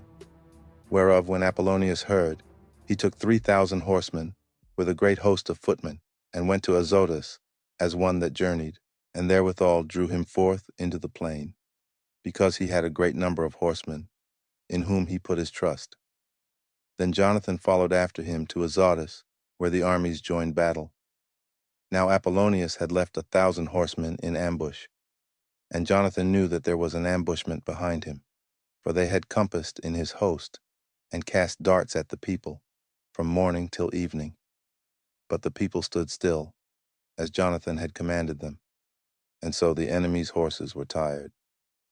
Then brought Simon forth his host, and set them against the footmen, for the horsemen were spent, who were discomfited by him, and fled. The horsemen also, being scattered in the field, fled to Azotus, and went into Beth-dagon, their idol's temple, for safety. But Jonathan set fire on Azotus, and the cities round about it, and took their spoils, and the temple of Dagon, with them that were fled into it, he burned with fire. Thus there were burned and slain with the sword well nigh 8,000 men.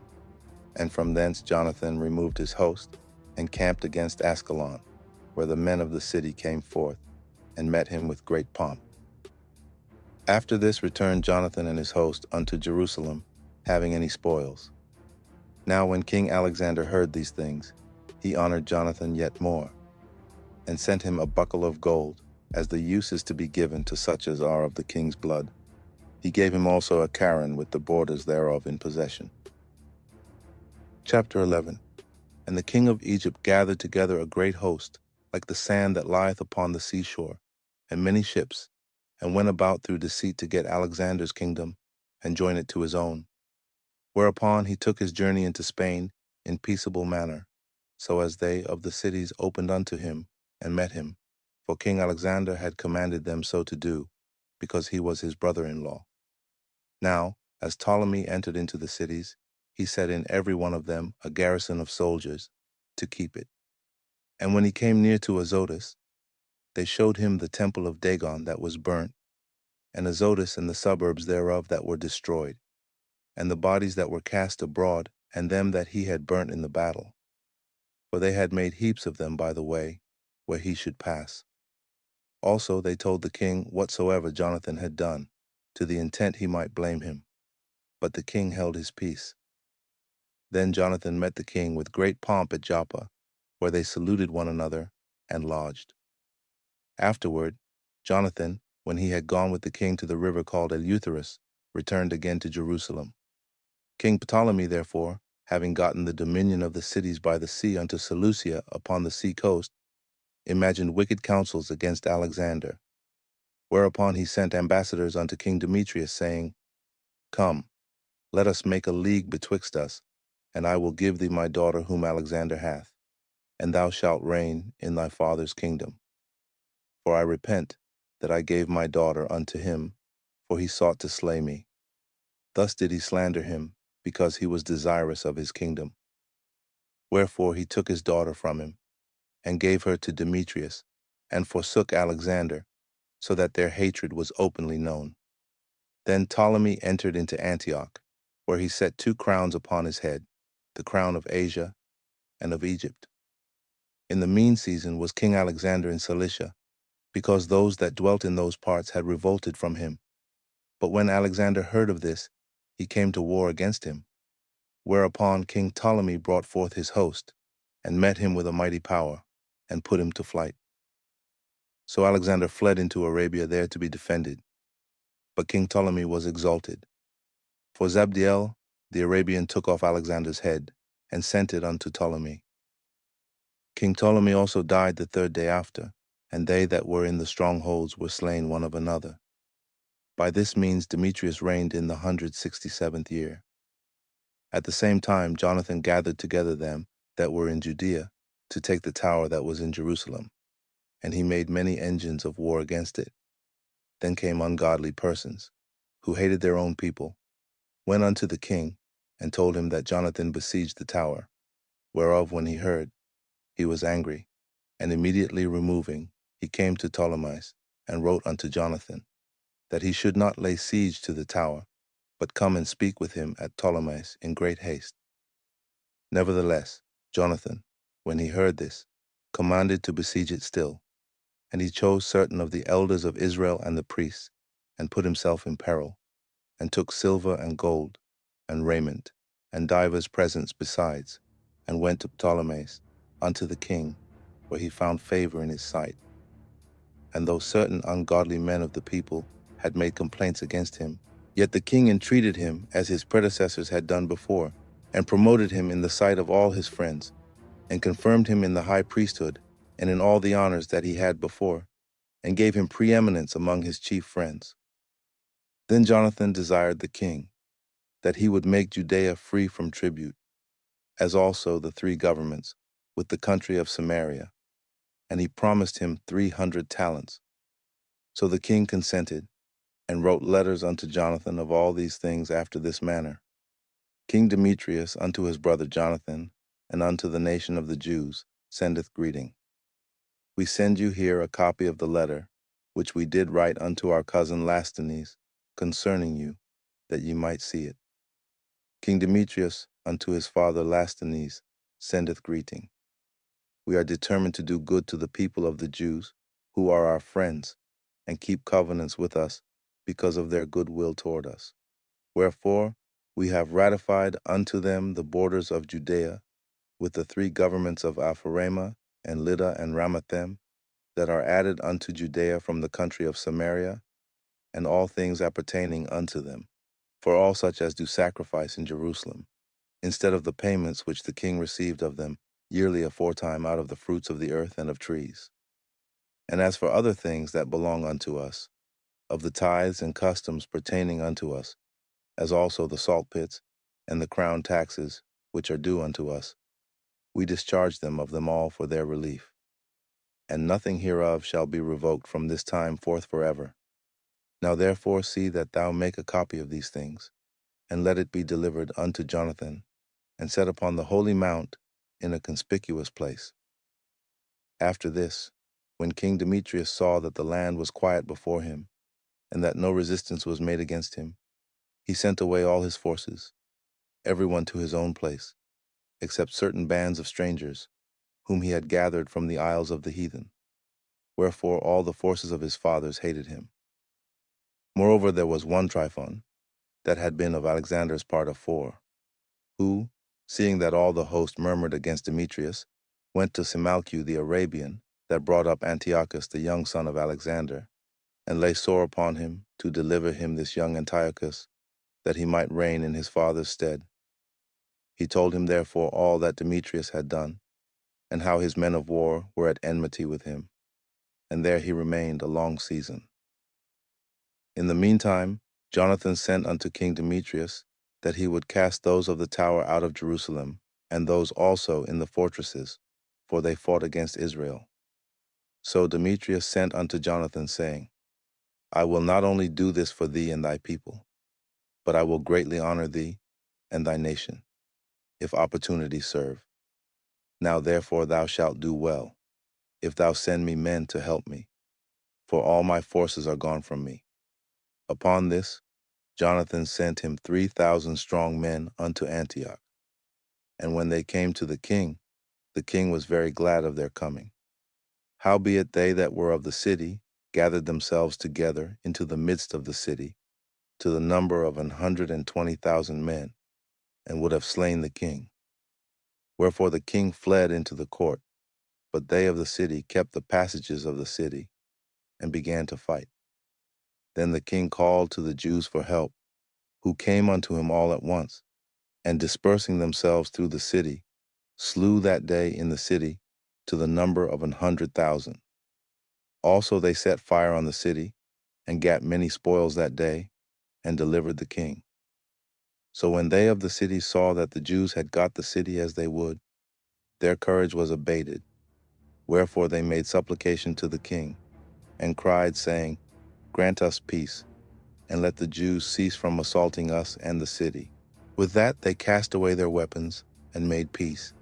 And the Jews were honored in the sight of the king, and in the sight of all that were in his realm. And they returned to Jerusalem, having great spoils. So King Demetrius sat on the throne of his kingdom, and the land was quiet before him.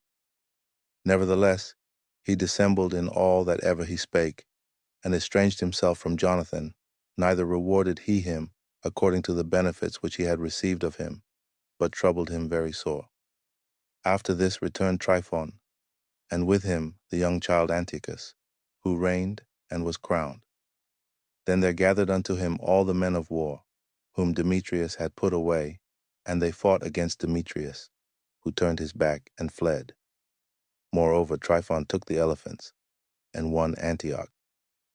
At that time young Antiochus wrote unto Jonathan, saying, I confirm thee in the high priesthood, and appoint thee ruler over the 4 governments, and to be one of the king's friends. Upon this he sent him golden vessels to be served in, and gave him leave to drink in gold, and to be clothed in purple, and to wear a golden buckle. His brother Simon also he made captain from the place called the Ladder of Tyrus unto the borders of Egypt. Then Jonathan went forth, and passed through the cities beyond the water, and all the forces of Syria gathered themselves unto him for to help him. And when he came to Ascalon, they of the city met him honorably, from whence he went to Gaza, but they of Gaza shut him out. Wherefore he laid siege unto it, and burned the suburbs thereof with fire, and spoiled them. Afterward, when they of Gaza made supplication unto Jonathan, he made peace with them, and took the sons of their chief men for hostages, and sent them to Jerusalem, and passed through the country unto Damascus. Now when Jonathan heard that Demetrius's princes were come to Cades, which is in Galilee, with a great power, purposing to remove him out of the country, he went to meet them, and left Simon his brother in the country. Then Simon encamped against Bethsura, and fought against it a long season, and shut it up.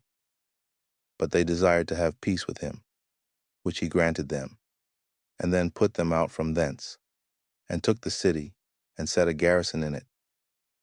As for Jonathan and his host, they pitched at the water of Gennesar, from whence betimes in the morning they gat them to the plain of Nasor.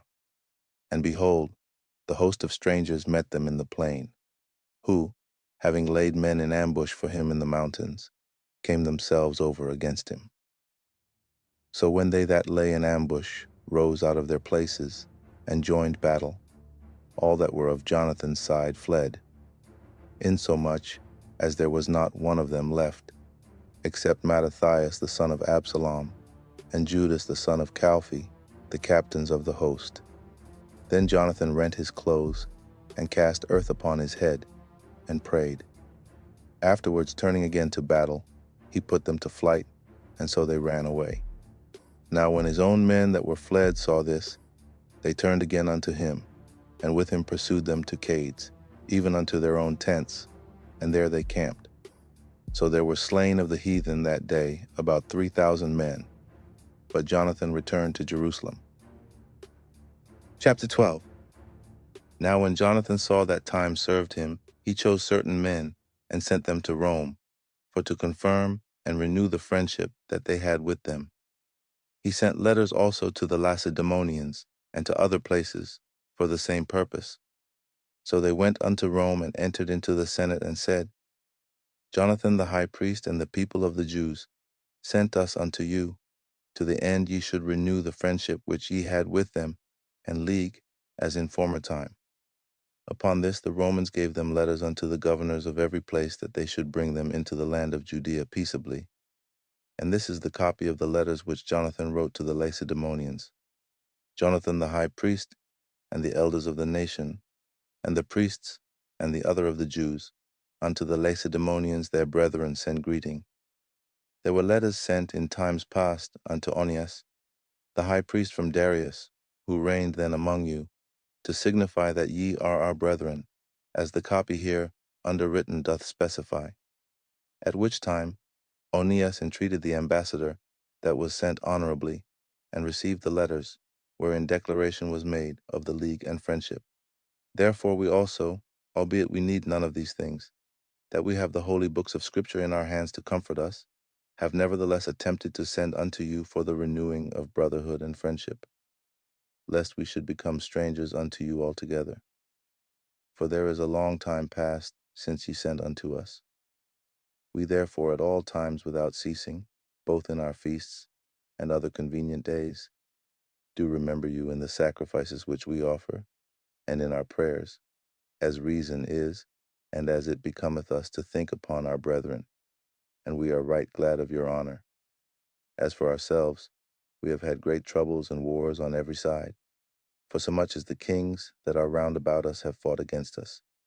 Howbeit we would not be troublesome unto you, nor to others of our confederates and friends in these wars. For we have help from heaven that succoureth us, so as we are delivered from our enemies, and our enemies are brought under foot. For this cause we chose Numenius, the son of Antiochus, and Antipater the son of Jason, and sent them unto the Romans, to renew the amity that we had with them, and the former league. We commanded them also to go unto you, and to salute and to deliver you our letters concerning the renewing of our brotherhood. Wherefore now ye shall do well to give us an answer thereto. And this is the copy of the letters which Onias sent, Arius king of the Lacedaemonians, to Onias the high priest, greeting. It is found in writing that the Lacedaemonians and Jews are brethren, and that they are of the stock of Abraham. Now therefore, since this is come to our knowledge, ye shall do well to write unto us of your prosperity. We do write back again to you, that your cattle and goods are ours, and ours are yours. We do command therefore our ambassadors to make report unto you on this wise. Now when Jonathan heard that Demetrius' princes were come to fight against him with a greater host than afore, he removed from Jerusalem, and met them in the land of Amathus, for he gave them no respite to enter his country. He sent spies also unto their tents, who came again, and told him that they were appointed to come upon them in the night season. Wherefore so soon as the sun was down, Jonathan commanded his men to watch, and to be in arms, that all the night long they might be ready to fight. Also he sent forth sentinels round about the host. But when the adversaries heard that Jonathan and his men were ready for battle, they feared, and trembled in their hearts, and they kindled fires in their camp. Howbeit Jonathan and his company knew it not till the morning, for they saw the lights burning. Then Jonathan pursued after them, but overtook them not, for they were gone over the river Eleutherus. Wherefore Jonathan turned to the Arabians, who were called Zabadeans, and smote them, and took their spoils. And removing thence, he came to Damascus, and so passed through all the country. Simon also went forth, and passed through the country unto Ascalon, and the holds there adjoining, from whence he turned aside to Joppa, and won it. For he had heard that they would deliver the hold unto them that took Demetrius' part. Wherefore he set a garrison there to keep it. After this came Jonathan home again, and calling the elders of the people together, he consulted with them about building strong holds in Judea, and making the walls of Jerusalem higher, and raising a great mount between the tower and the city, for to separate it from the city, that so it might be alone, that men might neither sell nor buy in it. Upon this they came together to build up the city, for as much as part of the wall toward the brook on the east side was fallen down, and they repaired that which was called Caphanatha. Simon also set up Adida in Cephala, and made it strong with gates and bars. Now Tryphon went about to get the kingdom of Asia, and to kill Antiochus the king, that he might set the crown upon his own head. Howbeit he was afraid that Jonathan would not suffer him, and that he would fight against him. Wherefore he sought a way how to take Jonathan, that he might kill him. So he removed and came to Bethsan. Then Jonathan went out to meet him with 40,000 men chosen for the battle, and came to Bethsan. Now when Tryphon saw Jonathan came with so great a force, he durst not stretch his hand against him, but received him honorably, and commended him unto all his friends, and gave him gifts, and commanded his men of war to be as obedient unto him as to himself. Unto Jonathan also he said, Why hast thou brought all this people to so great trouble, seeing there is no war betwixt us? Therefore send them now home again, and choose a few men to wait on thee. And come thou with me to Ptolemais, for I will give it thee, and the rest of the strongholds and forces, and all that have any charge. As for me, I will return and depart, for this is the cause of my coming. So Jonathan, believing him, did as he bade him, and sent away his host, who went into the land of Judea. And with himself he retained but 3,000 men, of whom he sent 2,000 into Galilee, and 1,000 went with him. Now as soon as Jonathan entered into Ptolemais, they of Ptolemais shut the gates and took him, and all them that came with him they slew with the sword. Then sent Tryphon an host of footmen and horsemen into Galilee, and into the great plain, to destroy all Jonathan's company. But when they knew that Jonathan and they that were with him were taken and slain, they encouraged one another, and went close together, prepared to fight. They therefore that followed upon them, perceiving that they were ready to fight for their lives, turned back again.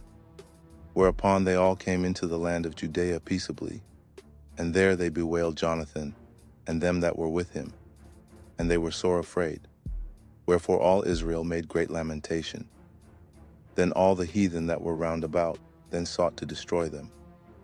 For said they have no captain, nor any to help them. Now therefore let us make war upon them, and take away their memorial from among men. Chapter 13. Now when Simon heard that Tryphon had gathered together a great host to invade the land of Judea, and destroy it, and saw that the people was in great trembling and fear, he went up to Jerusalem, and gathered the people together, and gave them exhortation, saying, Ye yourselves know what great things I and my brethren and my father's house have done for the laws and the sanctuary, the battles also and troubles which we have seen, by reason whereof all my brethren are slain for Israel's sake, and I am left alone. Now therefore be it far from me that I should spare mine own life in any time of trouble, for I am no better than my brethren. Doubtless I will avenge my nation, and the sanctuary, and our wives, and our children, for all the heathen are gathered to destroy us of very malice.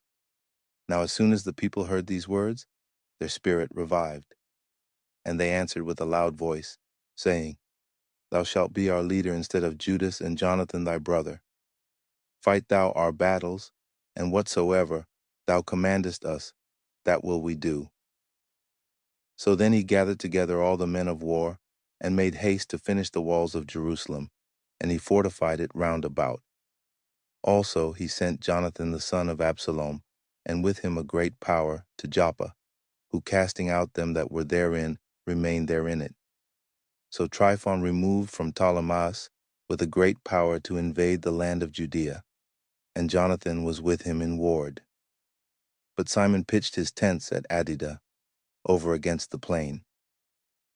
Now when Tryphon knew that Simon was risen up instead of his brother Jonathan, and meant to join battle with him, he sent messengers unto him, saying, Whereas we have Jonathan, thy brother, in hold, it is for money that he is owing unto the king's treasure, concerning the business that was committed unto him.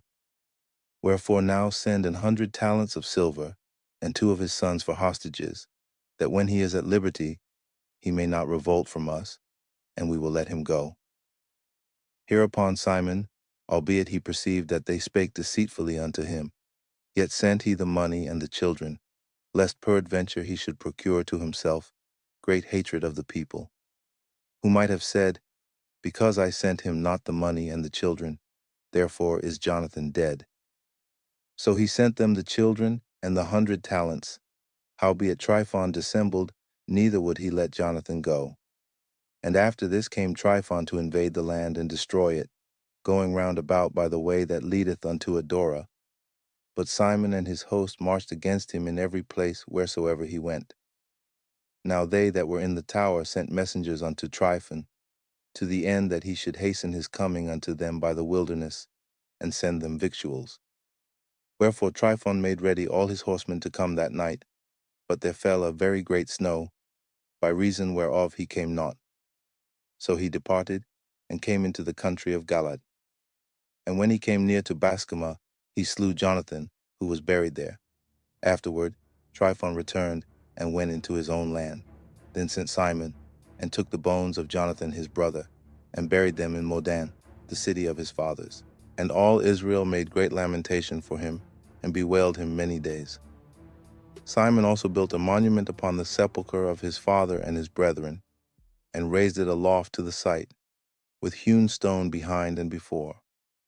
Moreover, he set up 7 pyramids, one against another, for his father and his mother and his 4 brethren. And in these he made cunning devices, about the which he set great pillars. And upon the pillars he made all their armor for a perpetual memory, and by the armor ships carved, that they might be seen of all that sail on the sea. This is the sepulchre which he made at Modin, and it standeth yet unto this day. Now Tryphon dealt deceitfully with the young king Antiochus, and slew him. And he reigned in his stead, and crowned himself king of Asia, and brought a great calamity upon the land. Then Simon built up the strongholds in Judea, and fenced them about with high towers, and great walls, and gates, and bars, and laid up victuals therein. Moreover, Simon chose men, and sent to King Demetrius, to the end he should give the land an immunity, because all that Tryphon did was to spoil. Unto whom King Demetrius answered and wrote after this manner: King Demetrius unto Simon the high priest, and friend of kings, as also unto the elders and nation of the Jews, sendeth greeting.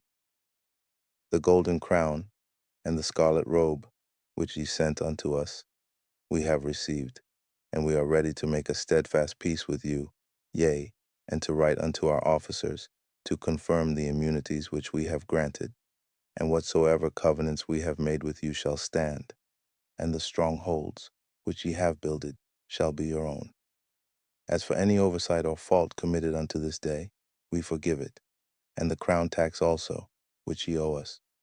And if there were any other tribute paid in Jerusalem, it shall no more be paid. And look who are meet among you to be in our court. Let them be enrolled, and let there be peace betwixt us. Thus the yoke of the heathen was taken away from Israel in the 170th year. Then the people of Israel began to write in their instruments and contracts in the 1st year of Simon the high priest, the governor and leader of the Jews. In those days Simon camped against Gaza and besieged it round about. He made also an engine of war, and set it by the city, and battered a certain tower, and took it. And they that were in the engine leaped into the city, whereupon there was a great uproar in the city, insomuch as the people of the city rent their clothes, and climbed upon the walls with their wives and children, and cried with a loud voice, beseeching Simon to grant them peace. And they said, Deal not with us according to our wickedness, but according to thy mercy. So Simon was appeased toward them, and fought no more against them, but put them out of the city, and cleansed the houses wherein the idols were, and so entered into it with songs and thanksgiving. Yea, he put all uncleanness out of it, and placed such men there as would keep the law, and made it stronger than it was before, and built therein a dwelling place for himself. They also of the tower in Jerusalem were kept so strait that they could neither come forth nor go into the country, nor buy nor sell. Wherefore they were in great distress for want of victuals, and a great number of them perished through famine. Then cried they to Simon, beseeching him to be at one with them, which thing he granted them. And when he had put them out from thence, he cleansed the tower from pollutions, and entered into it the 23rd day of the second month, in the 171st year, with thanksgiving, and branches of palm trees, and with harps and cymbals, and with viols, and hymns, and songs, because there was destroyed a great enemy out of Israel. He ordained also that that day should be kept every year with gladness. Moreover, the hill of the temple that was by the tower, he made stronger than it was, and there he dwelt himself with his company. And when Simon saw that John his son was a valiant man, he made him captain of all the hosts, and he dwelt in Gazera. Chapter 14. Now in the 162nd year, King Demetrius gathered his forces together and went into Media to get him help to fight against Tryphon. But when Arsaces, the king of Persia and Media, heard that Demetrius was entered within his borders, he sent one of his princes to take him alive, who went and smote the host of Demetrius, and took him and brought him to Arsaces, by whom he was put in ward. As for the land of Judea, that was quiet all the days of Simon, for he sought the good of his nation in such wise as that evermore his authority and honor pleased them well. And as he was honorable in all his acts, so in this, that he took Joppa for an haven, and made an entrance to the isles of the sea, and enlarged the bounds of his nation, and recovered the country, and gathered together a great number of captives, and had the dominion of Gazera, and Bethsura, and the tower, out of the which he took all uncleanness, neither was there any that resisted him. Then did they till their ground in peace, and the earth gave her increase, and the trees of the field their fruit. The ancient men sat all in the streets, communing together of good things, and the young men put on glorious and warlike apparel. He provided victuals for the cities, and set in them all manner of munition, so that his honorable name was renowned unto the end of the world. He made peace in the land, and Israel rejoiced with great joy. For every man sat under his vine and his fig tree, and there was none to fray them. Neither was there any left in the land to fight against them. Yea, the kings themselves were overthrown in those days. Moreover, he strengthened all those of his people that were brought low. The law he searched out, and every contemner of the law, and wicked person he took away. He beautified the sanctuary, and multiplied vessels of the temple. Now when it was heard at Rome, and as far as Sparta, that Jonathan was dead, they were very sorry. But as soon as they heard that his brother Simon was made high priest in his stead, and ruled the country and the cities therein, they wrote unto him in tables of brass, to renew the friendship and league which they had made with Judas and Jonathan his brethren, which writings were read before the congregation at Jerusalem. And this is the copy of the letters that the Lacedaemonians sent, the rulers of the Lacedaemonians with the city, unto Simon the high priest, and the elders, and priests, and residue of the people of the Jews, our brethren, send greeting. The ambassadors that were sent unto our people certified us of your glory and honor. Wherefore we were glad of their coming, and did register the things that they spake in the council of the people in this manner. Numenius, son of Antiochus, and Antipater, son of Jason, the Jews' ambassadors, came unto us to renew the friendship they had with us. And it pleased the people to entertain the men honorably, and to put the copy of their ambassage in public records, to the end the people of the Lacedaemonians might have a memorial thereof. Furthermore, we have written a copy thereof unto Simon the high priest. After this, Simon sent Numenius to Rome with a great shield of gold of 1,000 pound weight, to confirm the league with them. Whereof when the people heard, they said, What thanks shall we give to Simon and his sons? For he and his brethren and the house of his father have established Israel, and chased away and fight their enemies from them, and confirmed their liberty. So then they wrote it in tables of brass, which they set upon pillars in Mount Sion. And this is the copy of the writing. The 18th day of the month Elul, in the 163 year, being the 3rd year of Simon the high priest, at Saramel, in the great congregation of the priests, and people, and rulers of the nation, and elders of the country, were these things notified unto us. Forasmuch as oftentimes there have been wars in the country, wherein for the maintenance of their sanctuary, and the law, Simon the son of Mattathias, of the posterity of Jarib, together with his brethren, put themselves in jeopardy, and resisting the enemies of their nation, did their nation great honor. For after that Jonathan, having gathered his nation together, and been their high priest, was added to his people. Their enemies prepared to invade their country, that they might destroy it, and lay hands on the sanctuary. At which time Simon rose up, and fought for his nation, and spent much of his own substance, and armed the valiant men of his nation, and gave them wages, and fortified the cities of Judea, together with Bethsura, that lieth upon the borders of Judea, where the armor of the enemies had been before. But he set a garrison of Jews there. Moreover, he fortified Joppa, which lieth upon the sea, and Gazera, that bordereth upon Azotus, where the enemies had dwelt before. But he placed Jews there, and furnished them with all things convenient for the reparation thereof. The people therefore sang the acts of Simon, and unto what glory he thought to bring his nation, made him their governor and chief priest, because he had done all these things, and for the justice and faith which he kept to his nation, and for that he sought by all means to exalt his people.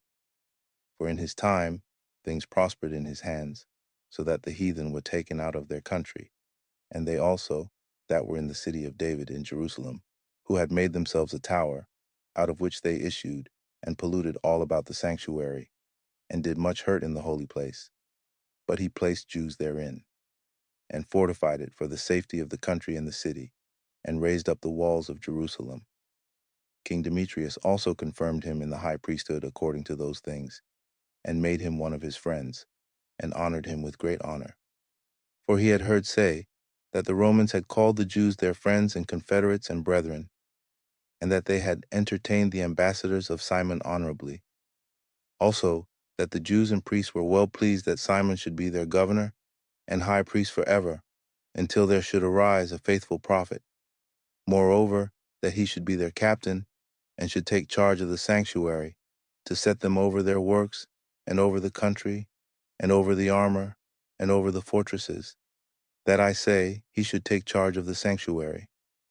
Beside this, that he should be obeyed of every man, and that all the writings in the country should be made in his name, and that he should be clothed in purple, and wear gold. Also that it should be lawful for none of the people or priests to break any of these things, or to gainsay his words, or to gather an assembly in the country without him, or to be clothed in purple, or wear a buckle of gold. And whosoever should do otherwise, or break any of these things, he should be punished. Thus it liked all the people to deal with Simon, and to do as hath been said. Then Simon accepted hereof, and was well pleased to be high priest, and captain, and governor of the Jews and priests, and to defend them all. So they commanded that this writing should be put in tables of brass, and that they should be set up within the compass of the sanctuary in a conspicuous place. Also, that the copies thereof should be laid up in the treasury, to the end that Simon and his sons might have them. Chapter 15. Moreover, Antiochus, son of Demetrius the king, sent letters from the isles of the sea unto Simon the priest and prince of the Jews, and to all the people.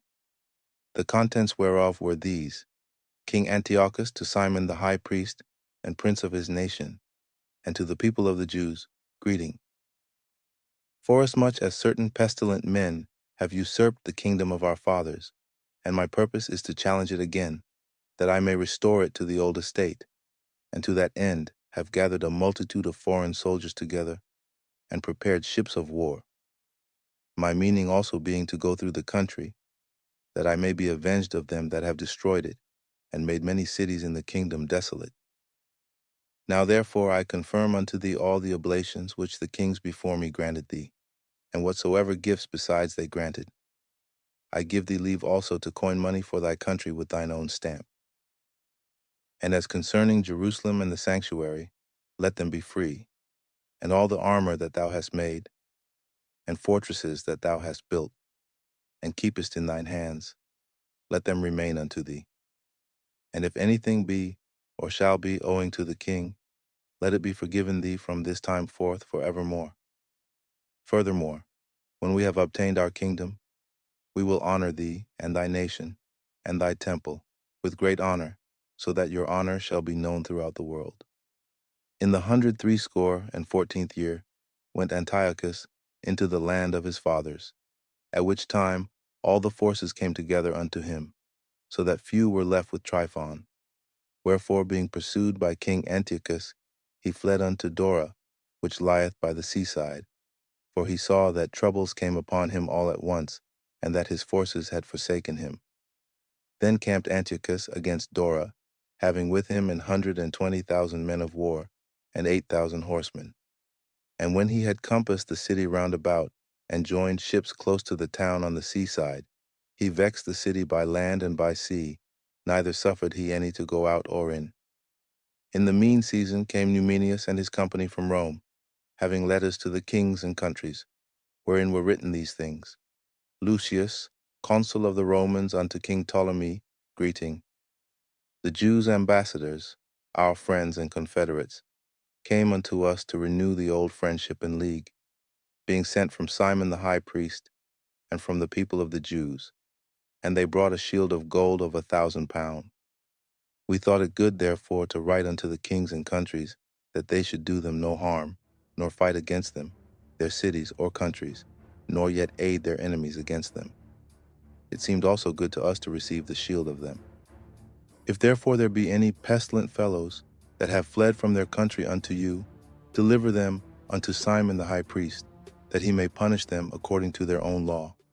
The same things wrote he likewise unto Demetrius the king, and Attalus, to Ariarathes, and Arsaces, and to all the countries, and to Sampsames, and the Lacedaemonians, and to Delos, and Mindus, and Sixion, and Caria, and Samos, and Pamphylia, and Lycia, and Halicarnassus, and Rhodus, and Aradus, and Cos, and Side, and Aradus, and Cortina, and Anidus, and Cyprus, and Cyrene, and the copy hereof they wrote to Simon the high priest. So Antiochus the king camped against Dora the second day, assaulting it continually, and making engines by which means he shut up Tryphon, that he could neither go out nor in.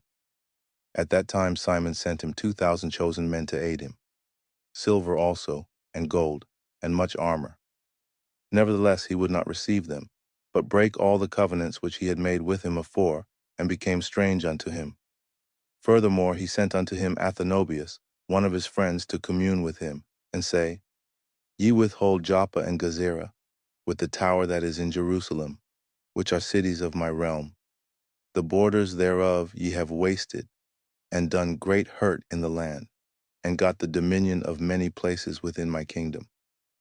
Now therefore deliver the cities which ye have taken, and the tributes of the places, whereof ye have gotten dominion without the borders of Judea, or else give me for them 500 talents of silver, and for the harm that ye have done, and the tributes of the cities, other 500 talents. If not, we will come and fight against you. So Athenobius the king's friend came to Jerusalem, and when he saw the glory of Simon, and the cupboard of gold and silver plate, and his great attendance, he was astonished, and told him the king's message. Then answered Simon, and said unto him, We have neither taken other men's land, nor holden that which appertaineth to others, but the inheritance of our fathers, which our enemies had wrongfully in possession a certain time. Wherefore we, having opportunity, hold the inheritance of our fathers. And whereas thou demandest Joppa and Gazera, albeit they did great harm unto the people in our country, yet will we give thee 100 talents for them. Hereunto Athenobius answered him not a word, but returned in a rage to the king, and made report unto him of these speeches, and of the glory of Simon, and of all that he had seen. Whereupon the king was exceeding wroth. In the meantime fled Tryphon by ship unto Orthosius. Then the king made Sendabeus captain of the sea coast, and gave him an host of footmen and horsemen, and commanded him to remove his host toward Judea. Also, he commanded him to build up Cedron, and to fortify the gates, and to war against the people. But as for the king himself, he pursued Tryphon. So Sendebeus came to Jamnia and began to provoke the people and to invade Judea, and to take the people prisoners and slay them.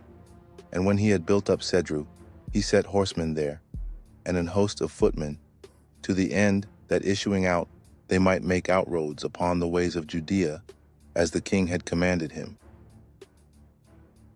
Chapter 16. Then came up John from Gezerah, and told Simon his father what Sendebeus had done. Wherefore Simon called his 2 eldest sons, Judas and John, and said unto them, I and my brethren, and my father's house, have ever from my youth unto this day fought against the enemies of Israel. And things have prospered so well in our hands, that we have delivered Israel oftentimes. But now I am old, and ye, by God's mercy, are of a sufficient age. Be ye instead of me and my brother, and go and fight for our nation, and the help from heaven be with you. So he chose out of the country 20,000 men of war with horsemen, who went out against Sendebeus, and rested that night at Modan. And when, as they rose in the morning, and went into the plain, behold, a mighty great host both of footmen and horsemen came against them. Howbeit there was a water brook betwixt them. So he and his people pitched over against them. And when he saw that the people were afraid to go over the water brook, he went first over himself, and then the men seeing him pass through after him. That done, he divided his men, and set the horsemen in the midst of the footmen, for the enemy's horsemen were very many. Then sounded they with the holy trumpets, whereupon Sendebeus and his host were put to flight, so that many of them were slain, and the remnant gat them to the stronghold. At that time was Judas John's brother wounded, but John still followed after them, until he came to Cedron, which Sendebeus had built. So they fled even unto the towers in the fields of Azotus, wherefore he burned it with fire, so that there were slain of them about 2,000 men. Afterward he returned into the land of Judea in peace. Moreover, in the plain of Jericho was Ptolemeus, the son of Abubus, made captain, and he had abundance of silver and gold, for he was the high priest's son-in-law. Wherefore his heart being lifted up, he thought to get the country to himself, and thereupon consulted deceitfully against Simon and his sons to destroy them. Now Simon was visiting the cities that were in the country, and taking care for the good ordering of them. At which time he came down himself to Jericho with his sons, Mattathias and Judas, in the 117th year, in the 11th month, called Sabbath. Where the son of Abubus, receiving them deceitfully into a little hold, called Docus, which he had built, made them a great banquet, howbeit he had hid men there. So when Simon and his sons had drunk largely, Ptolemy and his men rose up and took their weapons, and came upon Simon into the banqueting place, and slew him and his 2 sons and certain of his servants, in which doing he committed a great treachery, and recompensed evil for good. Then Ptolemy wrote these things, and sent to the king, that he should send him an host to aid him, and he would deliver him the country and cities. He sent others also to Gezerah to kill John. And unto the tribunes he sent letters to come unto him, that he might give them silver and gold and rewards, and others he sent to take Jerusalem and the mountain of the temple. Now one had run afore to Gezerah, and told John that his father and brethren were slain. And quoth he, Ptolemy hath sent to slay thee also. Hereof when he heard, he was sore astonished. So he laid hands on them that were come to destroy him, and slew them, for he knew that they sought to make him away. As concerning the rest of the acts of John, and his wars and worthy deeds which he did, and the building of the walls which he made, and his doings, behold, these are written in the chronicles of his priesthood, from the time he was made high priest after his father.